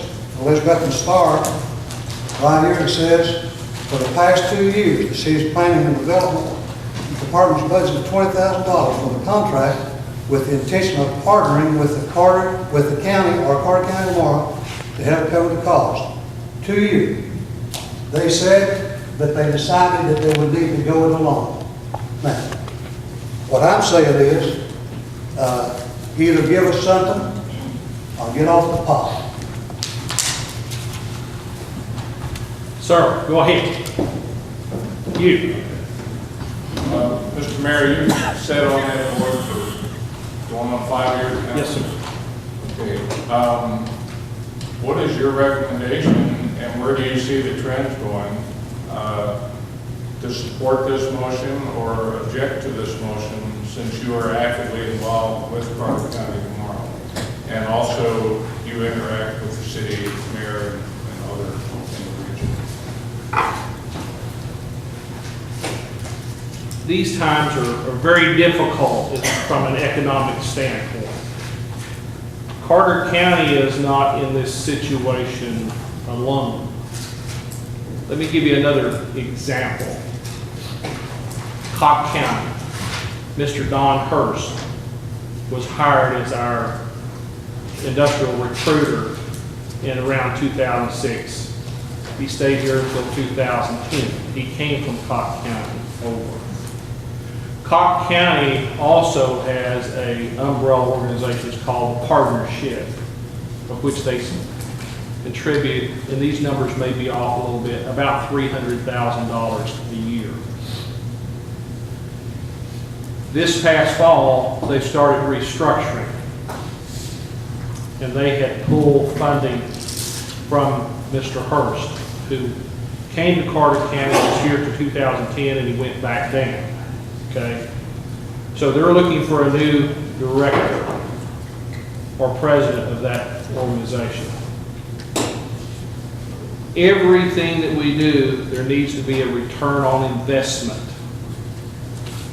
There has been insignificant return on investment to date based on my time on that board. But again, you've asked me my opinion. I'm going to be as candid as I can. I think it's something that really needs to be looked at. We need Carter County tomorrow. We need an industrial board here. The statute requires that for economic community development. We have to have a board. The question is, have we spent our money wisely in this approach, or do we need to take another avenue? And I don't have the answers for you today as to what direction we need to head in. I can just tell you that what we've been doing is not working, and it needs to be looked at very closely come budget time. Mr. McQueen. I just have a question. Where this came from motion, we have significant authority to defund it, or is there another procedure that would need to take place in order to do that if that was the will of the commission? County Attorney, have you got any advice on this? Well, I don't think we can defund it immediately. It's funded in this budget. And I do agree that we are statutorily required to have a board. It doesn't have to be Carter County tomorrow, but we have to have something. So unless there's something else somebody's aware of that we can get in place, I guess my suggestion would be have Mr. Anderson come and present to you all, and you all make an informed decision. But if your question is, can you vote to defund it right now today, the answer is no.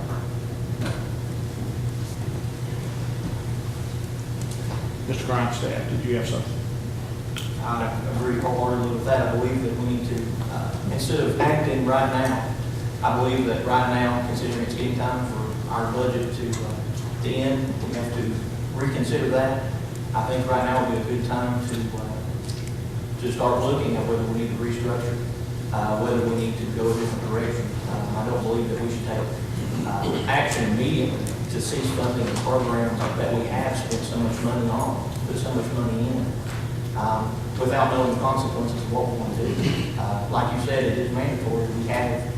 We have to have something to fill in that gap. So if we defund that program, we run into those issues.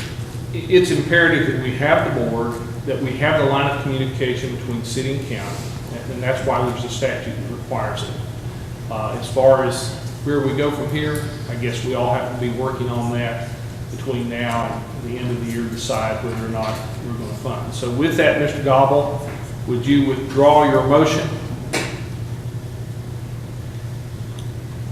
Well, I would withdraw it, but I'd also request that this go before the budget committee. So are you saying that you would like to reword or amend your motion to put this before the budget committee, let them investigate it, and bring recommendations back? Right. Are you good with that on your second? Mr. Lyons. I think even though he's amended his motion to go back to the budget committee, I think we still need Mr. Anderson to come up to our meeting, this meeting, next month, and explain all the positive outcomes he's had during his tenure as director of that program. Because I too have some concerns about Carter County tomorrow, but I'm not really informed enough to make that decision. So we'll make certain he's on the agenda for the Yes, next meeting, sir. thank you. With that, we have an amended motion to refer this back and with all due consideration of budget. Madam Clerk, you would please call the roll. All those in favor of sending this back to budget, respond by saying aye. Those opposed, no. Buford Peters. Willie Campbell. I'm sorry. Nancy Brown. Mike Hill. Al Meehan. Ronnie Tribbett. Sean Montana. Elsie Chester. Isaiah Brownstein. Danny Ward.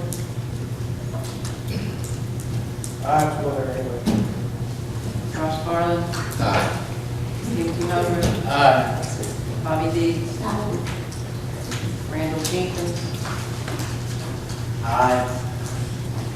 Larry Miller. John Lewis. Ray Lyons. Sonia Coler. No. Scott Zimmerly. Cody McQueen. Robert Carroll. Aye. Robert Goff. Aye.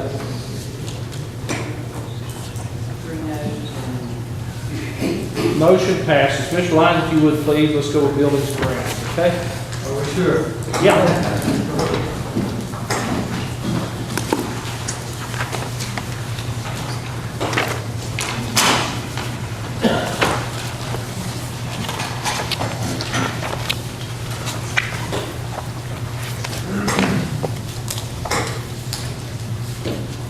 I just want to give a couple of updates on the building and grounds. I have passed out a picture of the work that's been done on the drainage system at the health department. If you haven't seen that, I would encourage you certainly to go up and look at that problem. That's been resolved. And thanks to the sheriff's department with his inmate labor, Sheriff, we appreciate it. And Mr. Cobal in the back, thanks for your work of getting the drainage ditch in. Still have a little work to do on that in terms of grass and that kind of thing. But this was one of the major problems when we took this project on. Have water coming in the back door into the health department had been going on for years. So those pictures kind of really point out, I think, a job well done if you look at those pictures I passed out. And thanks to Mr. McQueen for getting those to you. The main item that I'd like to talk with you about is the old 911 building.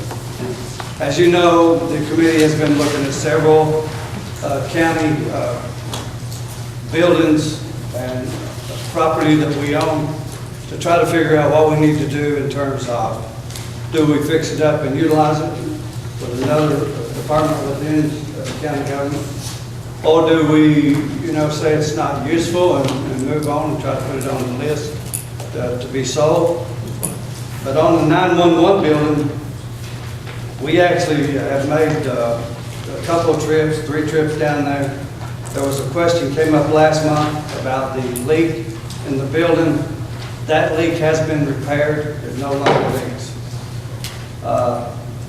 And the committee had some people interested in that building more than one. And so what we did, we thought it was a good thing to do, or a prudent thing to do, or the right thing to do, is to just invite whatever entity wanted to show or demonstrate some interest in that building. We wanted to invite them to our last building and grounds committee, because we had heard maybe the example of the sheriff's department may at one time had an interest in making that a training unit for their office. So we had people to come in. Chief Parrish stood up, the very first one, and said the sheriff's department no longer has an interest in the building. So that kind of eliminated that person that may be interested, or that agency or department that may be interested. And then we had a discussion, Mr. Lewis brought up a discussion about maybe the DAV, Disabled American Veterans, to occupy that building. And so we had a discussion around that, and I hope at least Mr. Lewis was satisfied with the discussion we had. If not, he can present his concern again today. But based on that, we had another entity within our government that showed a very deep interest. That's the Election Commission. I think that some of you, I think all of you actually got a letter from not only Ms. Harris and Ms. Brummett signing that letter, but also the Election Commission officers. And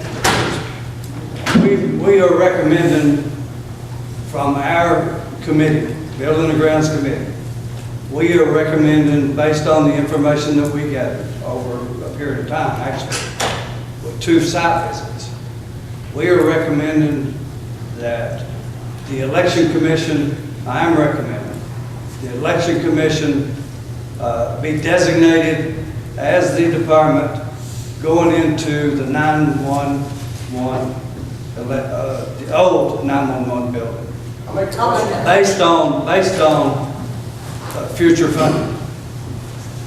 Ms. Culler, your hand went up first. Do you need to say something? You want to make a motion? I was going to make the motion. Make the motion. Who's the second? Mr. Ward. Any discussion? Mr. Lewis. Mr. Chairman, I still say I'm against 911 for the election commission taking over the 911 building. I have talked to some of our citizens, old people, and they said in their opinion, the courthouse is more feasible, come to vote in, and we'll be go down the line. They can come in here and do a lot of other business when they vote. Now, right now, they've got a place to go in. The DAV they ain't got no place that they can call home. Now, what's more important, these old timers that fought in our country got wounded, or the election commission. Personally, I think the DAV should occupy the building. Oh, we need a place to meet. Like I say, I'm just against it. Thank you. Any other discussion? Mr. Chairman, I'm also a member of the DAV. But they started out meeting at the rescue squad. Then they moved to the south side, meeting over there. And now they meet at the American Legion building. So they've got to have the cafeteria and all that stuff because they have their meals. But I think the election commission should have the priorities, so that's the way I'm going to go. Any other discussion? Mr. Von Cannon. This is more than a voting issue. From what I'm told by the election commission people, is that storage of prior records, they're all over the place. Therefore, storage is an issue, as well as voting access is an issue. It appears that there isn't adequate parking at the 911 building. The other question is, what kind of shape is it in?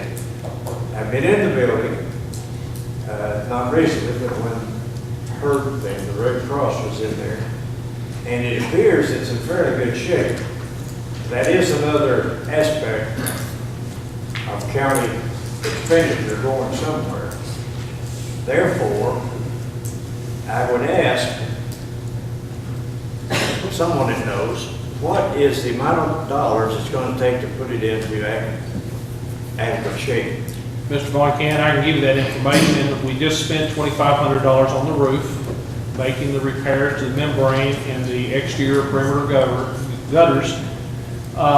Again, there's no guarantee as to how long that roof will last. The membrane seems to be in pretty good condition. However, 3 to 5 years, we may have to replace it. But now, the roof has been addressed, the leaks have been addressed, we should be in good condition.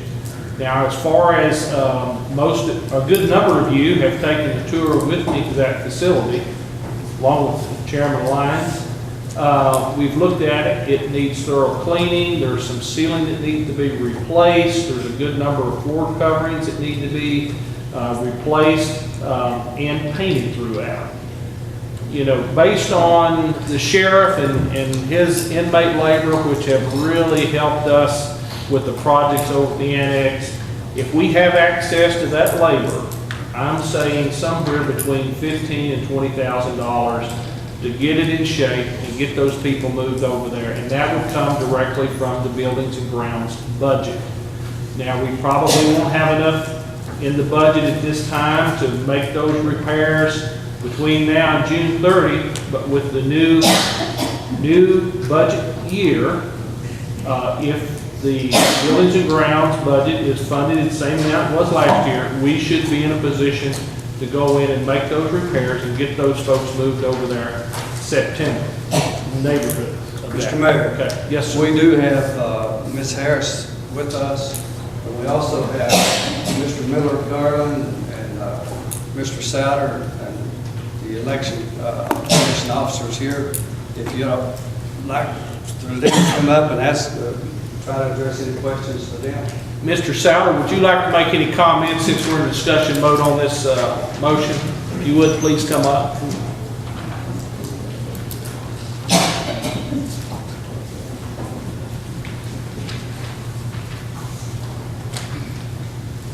Thank you, Commissioners, for allowing us to come to you. Mayor, Chairman, Mr. Lyons, Sheriff. We feel as though that This county commission, what I sit back here today, is interested in progress. It's not interested in status quo.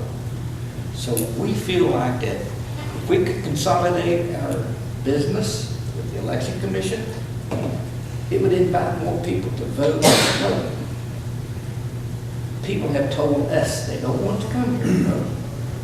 Y'all gone through the gauntlet out there of signs.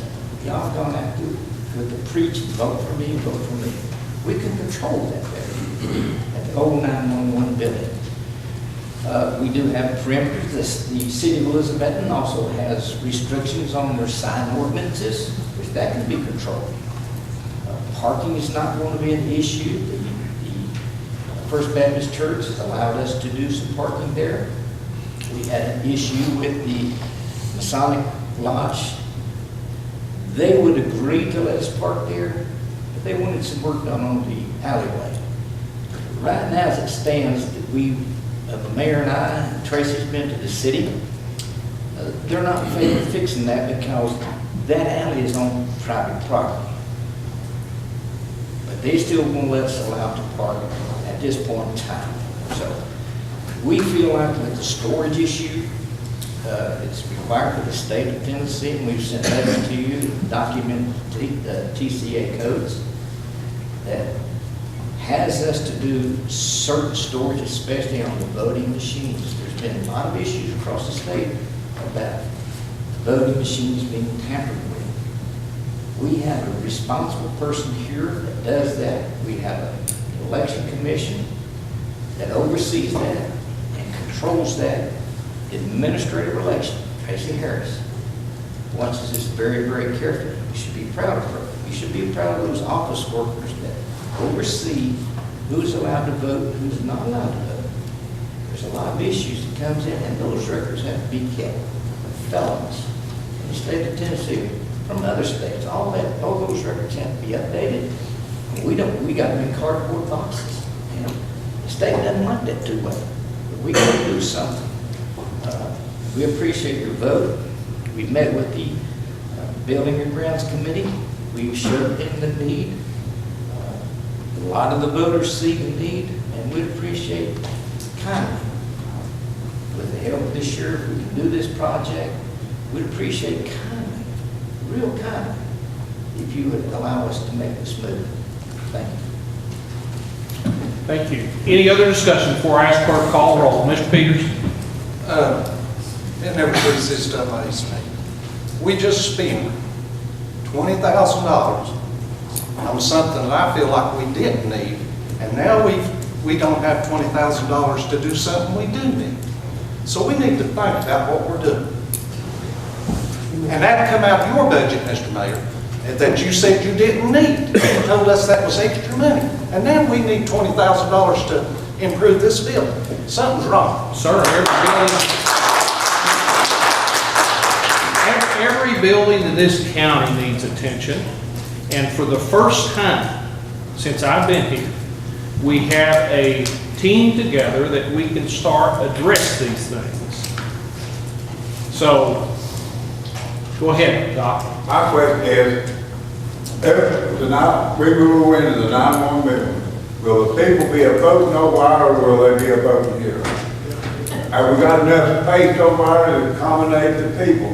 You know, I voted early here, I'd have to stand in line. And if it's bad weather or stuff, people have to stand in line out there. What's the point of putting them out there in the cold? You know, if we've got space over there to cover the people, fine, that would be a good move. There's space there. Actually, keep in mind here during the election process, jury room, for example. During the election process, we had to come in, bring the locksmiths, change the locks so that they could use that area. We've had to do that throughout many areas in the courthouse because they're in a space that's extremely cramped now, not adequate space. If they move over there, they've got enough space to store the machines, to store the records, everything that they need, office space, and a large area in the back where they do the voting. So with that being said, any other discussion before we call for the vote? Question on the motion. Madam Clerk, call the roll, please. If you're in favor of the 911, election administration moving over with the repairs that are needed over the next 6 months, respond by saying aye. If you're opposed, no. Madam Clerk, call the roll, please. Adrian Peters. Aye. William Campbell. Aye. Nancy Brown. Mike Hill. Absolutely, yes. Al Meehan. Aye. Ronnie Crivitt. Aye. Charles Von Cannon. Aye. Elsie Testor. Aye. Isaiah Grinstead. Aye. Dan Ward. Aye. Ross Garland. Aye. Timothy Holder. Aye. Bobby Dees. Randall Jenkins. Aye. Larry Miller. Aye. John Lewis. No. Ray Lyons. Aye. Sandra Coler. Scott Semley. Aye. Cody McQueen. Aye. Robert Carroll. Aye. Robert Goff. Aye. 1 no, the rest 5. Motion passes. Chairman, next Thank you item. very much. I appreciate it. Financial Management Committee, we only have one thing to be very quick. We had the opportunity, and I think this was actually a suggestion or recommendation from Mr. Loach. It was time to look at the broker for the insurance. And in order to make sure that we were doing the right thing, trying to do the right thing, we actually scheduled, she did an RFP, request for proposal, that went out. 9 different brokers responded to that RFP. We communicated with them, set up a workshop to communicate with them via telephone conference if they couldn't come here. Or we also talked with several of them in the workshop, which was, what, the 11th, I think it was, from 8:30 until about 9. A very long meeting. But we felt like it was a good meeting. We felt like we got a lot of good information. We have not made a decision on which broker that we're going with. And I think Ms. Deloach would want me to be clear on this. This is not to say that we're changing the present broker. I heard that consistently. That's not what this is about. This is about trying to get the right broker, right money for the best price and for the best insurance for the county employees. So, Ms. Deloach, do you want to add anything to that if I missed anything? Just a quick note, it doesn't change the employee's health coverage either. It's just the broker, and that rumor has been started, and that is not true. It is not changing the health insurance for the employees. It's just the broker that provides those services. Thank you, ma'am. That's just an update. We have not made a decision, Mr. Mayor, on that. Thank you, sir. And Chairman Lyons, I'd like to thank you for your proactive stance and the committee's support in finally getting some of these much-needed, overdue building projects going. The mayor controls the budget, but without the support of the committee and the commission, most of this work cannot be done. It has to meet your approval. And I appreciate you, commend you. I appreciate the sheriff, appreciate Mr. Cobalt, because if it hadn't been for these gentlemen in this collaborative team effort, we wouldn't be able to make the strides that we have. And I've made it very publicly known that in the past 6 months, I feel that we've accomplished more than we have in 4 years. And it's all due to your cooperation. Thank you, Mr. Well, I'm kind of offended with all of this. I was the chairman of the building grounds. I know there was controversy, but it wasn't on our part, and we accomplished, the generator went out at the old building. We found out that a tank had been in the ground for 30 years that was never registered with the state, the fuel tank. We corrected that problem. We worked around like that. You act like, you may be for like we just done nothing, but I'm offended and take that personal issue that our building grounds, because we did accomplish things. We did make headway. We did put a roof on the courthouse annex. We fixed, we just now doing the last section of completing the city-county agreement on the new jail, and I know there was some controversy about that, but you know, and I do agree that we do have less friction, but we did work very hard and very diligently to straighten things out as it came before us. We did accomplish a lot before this new committee came in. Thank you, Mr. Tester. Education Committee, Mr. Montana.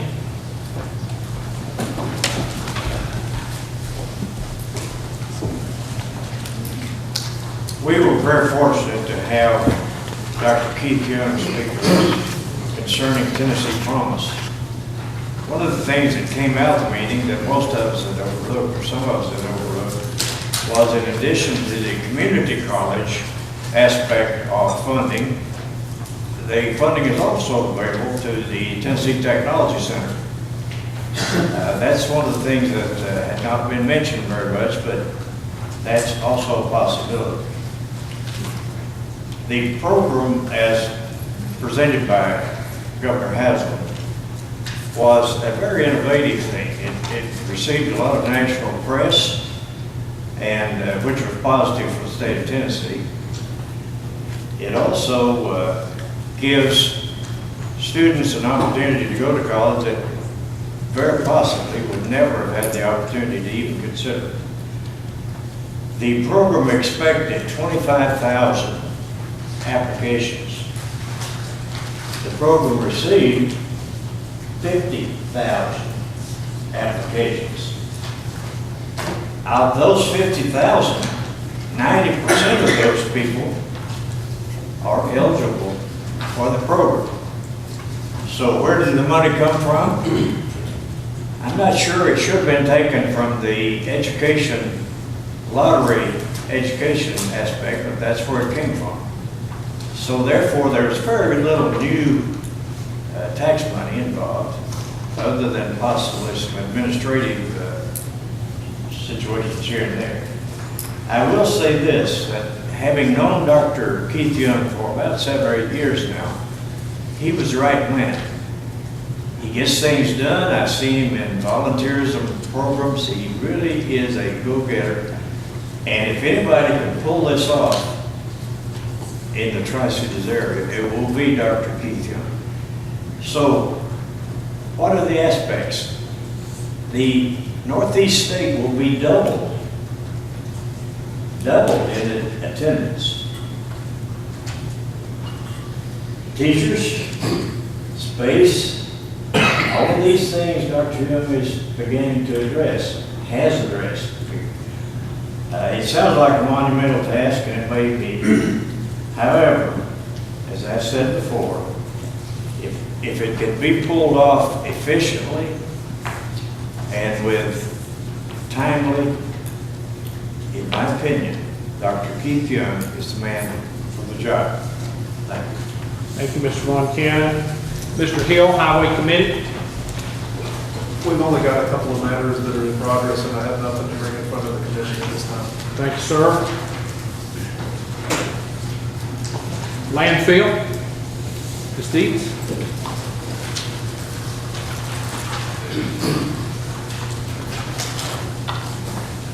I just have a couple of updates. Everyone's anxious about the Little Melvin Convenience Center, the former Elks Mill Center. Benny's trying to coordinate the work that needs to be done there. And the electrical work is ready for the year-end inspection.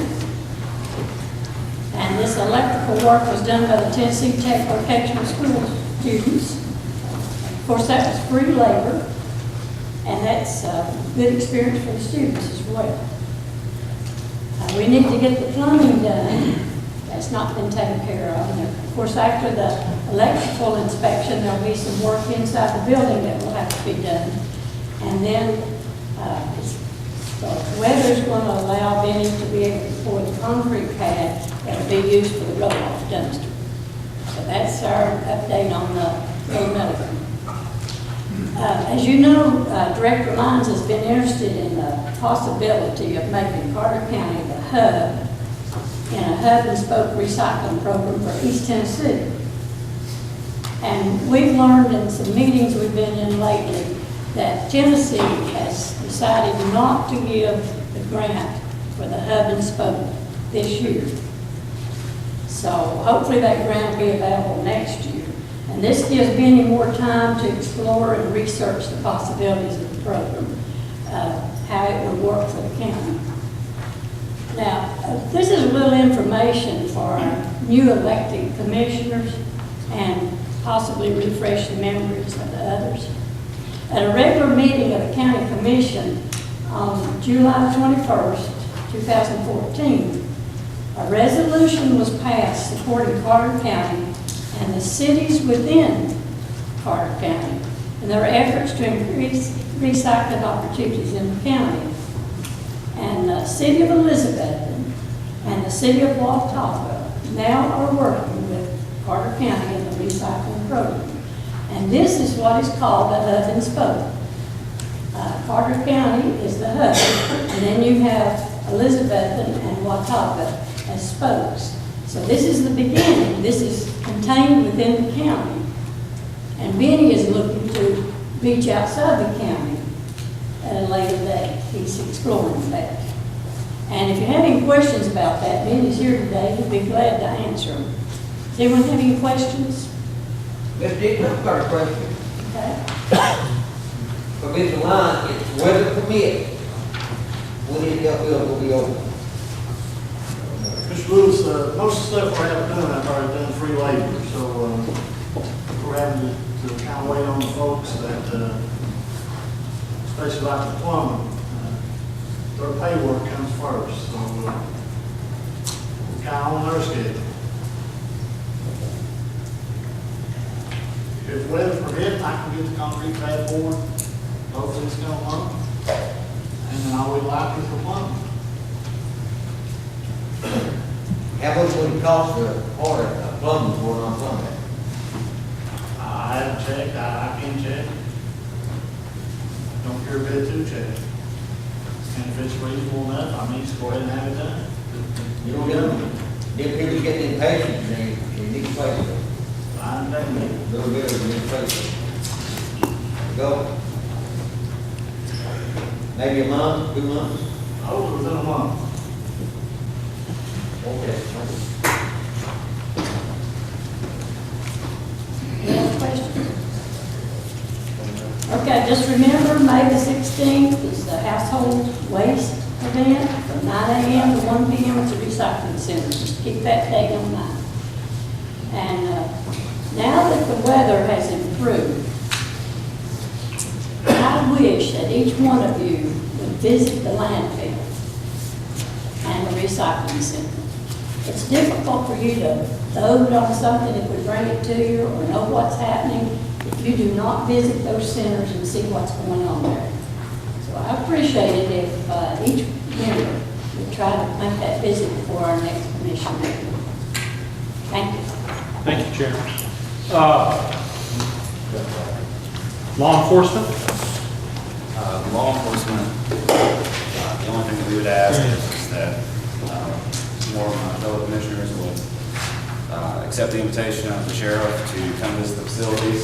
We still want to go over what's going on with the old jail, and see how we're doing the operation, and we can improve on in the future. No new updates. Thank you, Mr. McQueen. Rules and bylaws?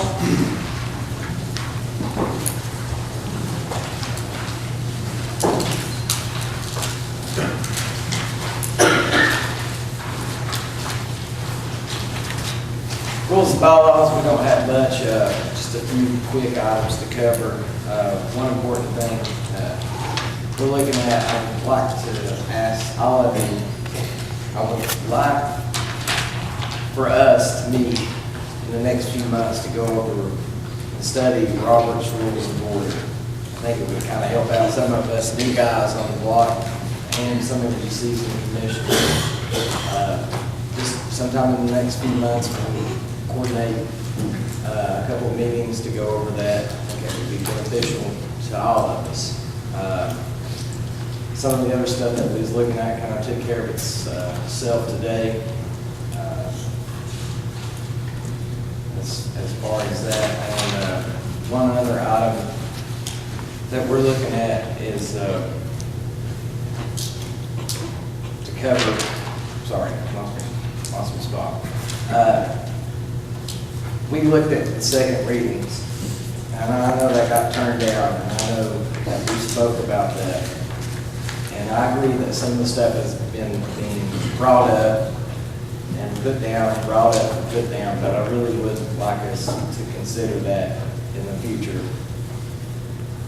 Also, the way that we appoint our committees, we're going to be looking at that in the near future also. But update-wise, that's it. Thank you, guys. Chairman, before you go, I think in the committee, there was a motion made that we would do a workshop within 90 days. So as far as Robert Rules of Order are concerned, and that motion needs to be, or the matter needs to be addressed by the commission. Is it the desire of the commission that the mayor and the county attorney put together a workshop pertaining to Robert's Rules of Order within the next 90 days? I would make a motion to accept the recommendation of the Rules and Bylaws Committee to assemble a workshop in the next 90 days. Okay, the motion has been made by Commissioner McQueen. Is there a second? A second by Ms. Brown. Any discussion? CTASC has a class on that. I think they still have it each year. And they also have instructors that are pretty good in that. I attended it one time in Knoxville, but they address that too. Okay. Any other comments? Madam Clerk, you would please call the roll if you're in favor of a workshop, Robert's Rules of Order workshop within the next 90 days being put together by the mayor and county attorney. Respond by saying aye. Those opposed, no. Call the roll, please. Buford Peters. Lee Campbell. Nancy Brown. Ron Hill. Al Meehan. Ronnie Trivet. Charles Montana. Elsie Testor. Isaac Rinestaff. Danny Wood. Ross Garland. Timothy Hubbard. Bobby Dees. No. Randall Jenkins.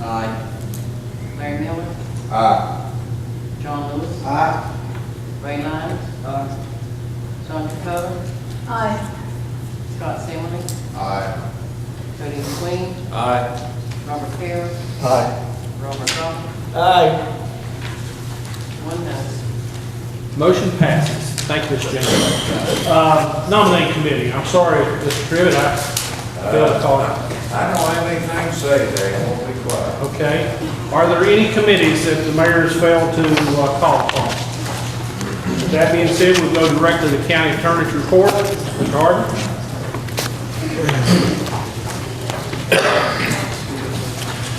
I have one item that will require a vote today. As you know, the delinquent tax sale is coming up on April 15th. As part of that process, we have to get commission approval. Well, basically, anytime we have those delinquent tax sales, we start out with a minimum bid of all the taxes and fees that are owed on the property. The county, the clerk and master on behalf of the county enters that minimum bid. So if no other interested party comes forward, the county would then own that property. So that being said, there is one property that has some environmental issues, and state law requires us to, or the commission, to approve the clerk to enter the minimum bid for that property. That property is at 205 Lovers Lane. It was formerly Lovers Lane Auto Salvage. Current owners, Don Bowers.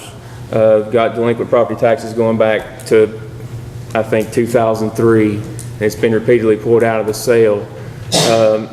The environmental restrictions basically are any use of that property has to be industrial or commercial, can't be any residential, church or daycare or anything like that on the property, and they have to get TDEC approval to dig or build on that property.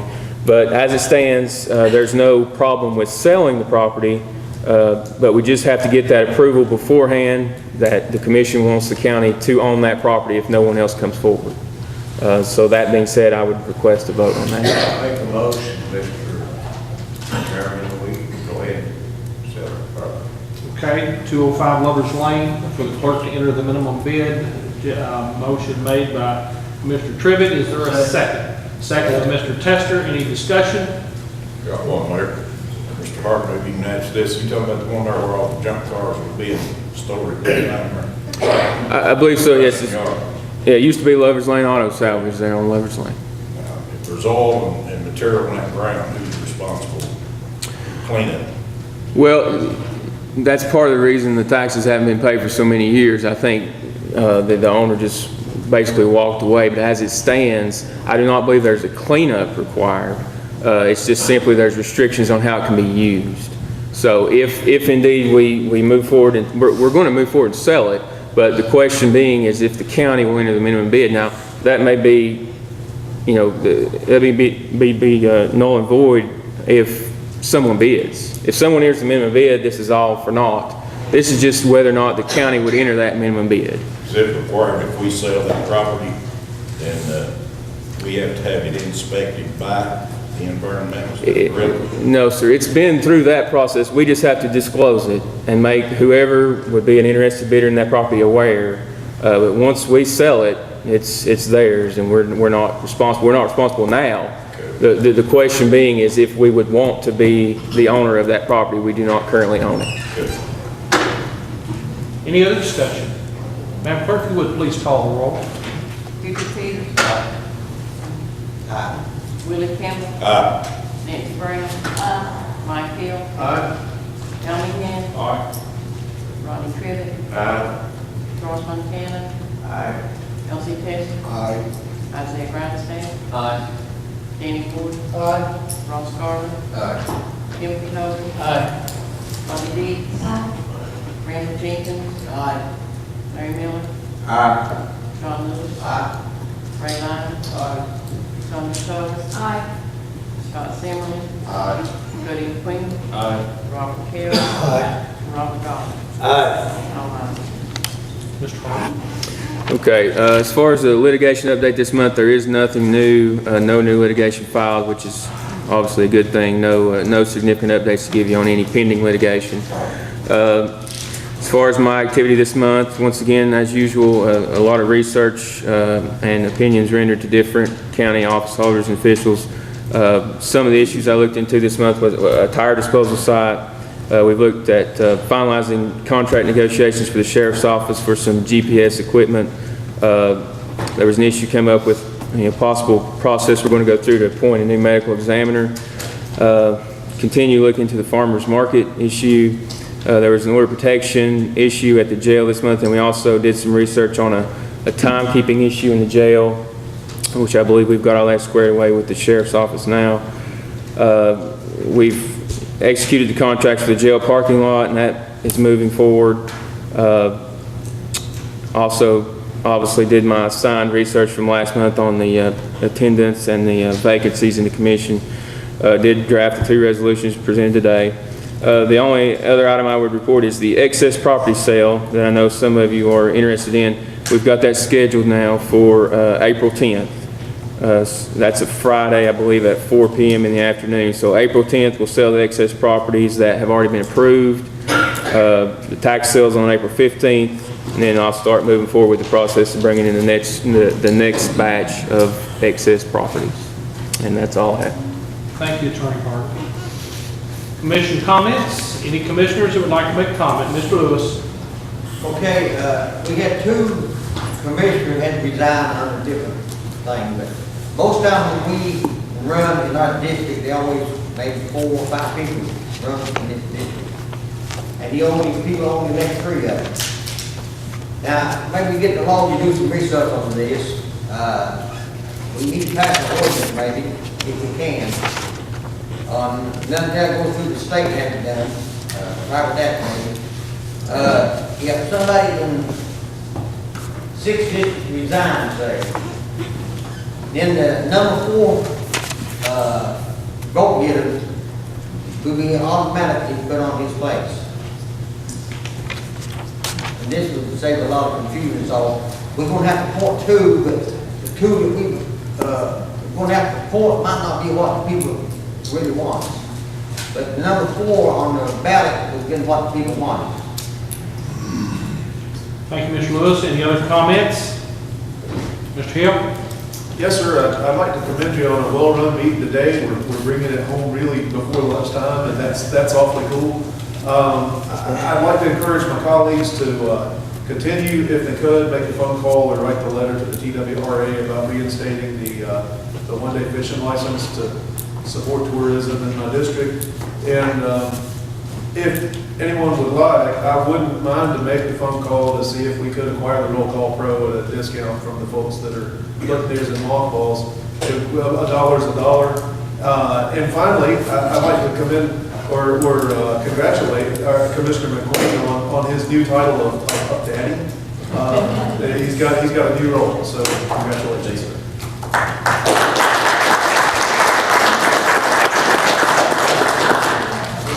Ron Cannon? Congratulations, you're the only man on the commission, the chairman that accomplished this.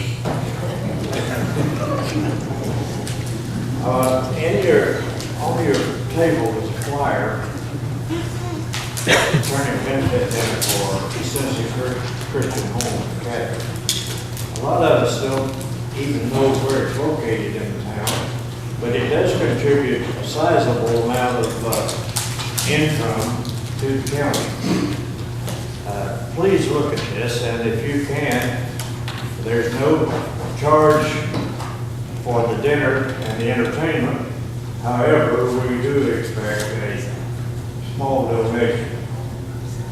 The discussion about volunteerism, there's not many people on this commission that haven't paid their dues. Mrs. Deets, for example, and Ross Garland concerning Charlie Lewis scholarship. Several of you have worked at the Blue Mountain Habitat Humanity Field. Again, the first time, to my knowledge, Habitat Humanity has done a house away from sewer. Generally, it's in town. This time, it's away from sewer. It may create a problem in the future, but at the moment, it is a new direction. Jerry Prophet, even though he was around just a few meetings, he did impress me with one thing that he said, and it is going to pay off in the future. Anytime any department has surplus equipment, rather than sell it without the knowledge of the other departments, that information needs to be circulated so that any department that has a need for that piece of equipment can pick it up rather than sell it for scrap or whatever. And we are a throwaway nation, but in case of tax dollars, we need to be a little more prudent. Mr. Tribbett. Mr. Chairman, I'd like to ask the road superintendent about the status of the Red Town Bridge. And I've said this for 2 or 3 years, and I just like to know the status of it. Mr. Steve Wilson, I contacted him last week. He had the design of the beams, of the bridge beams done. He said within the next few weeks he would be turning that over to the state, state structural department to approve they will approve the design and go ahead with the work on the bridge. They have to let it for bid. Some of the other bridges, I understand you had about 5 that you had got any pamphlet and stage yet. They're in the stack down there somewhere. Could we make a motion to send to the state that they need to program bridges out so we can get started on them? I've been authorized by the state to do engineering work on 2 bridges, design work. One is the Main Street Bridge in North Mountain, and the other is the River Bank. When I get those in the process, they will let me then do more design work with engineers to start. That's one matter. Well, see, if this commission can help you, put the pressure on the state down there, just let us know and we'll call or do something. We appreciate you. Along those lines, Mr. Caldwell has been working on this project before he came into office. Actually, he and I sat down and met, and we put together a list of these bridges, so any delay is not on his part. Oh, I know that. Yeah. Any other commissioner comments Do have one announcement, there will be no April commission meeting. No April commission meeting. With that, the chair will entertain a motion to adjourn. Make a motion, we adjourn. Motion made by Mr. Trivett, is there a second? I'll second. Second by Mr. Jenkins, all in favor? Aye. Meeting adjourned.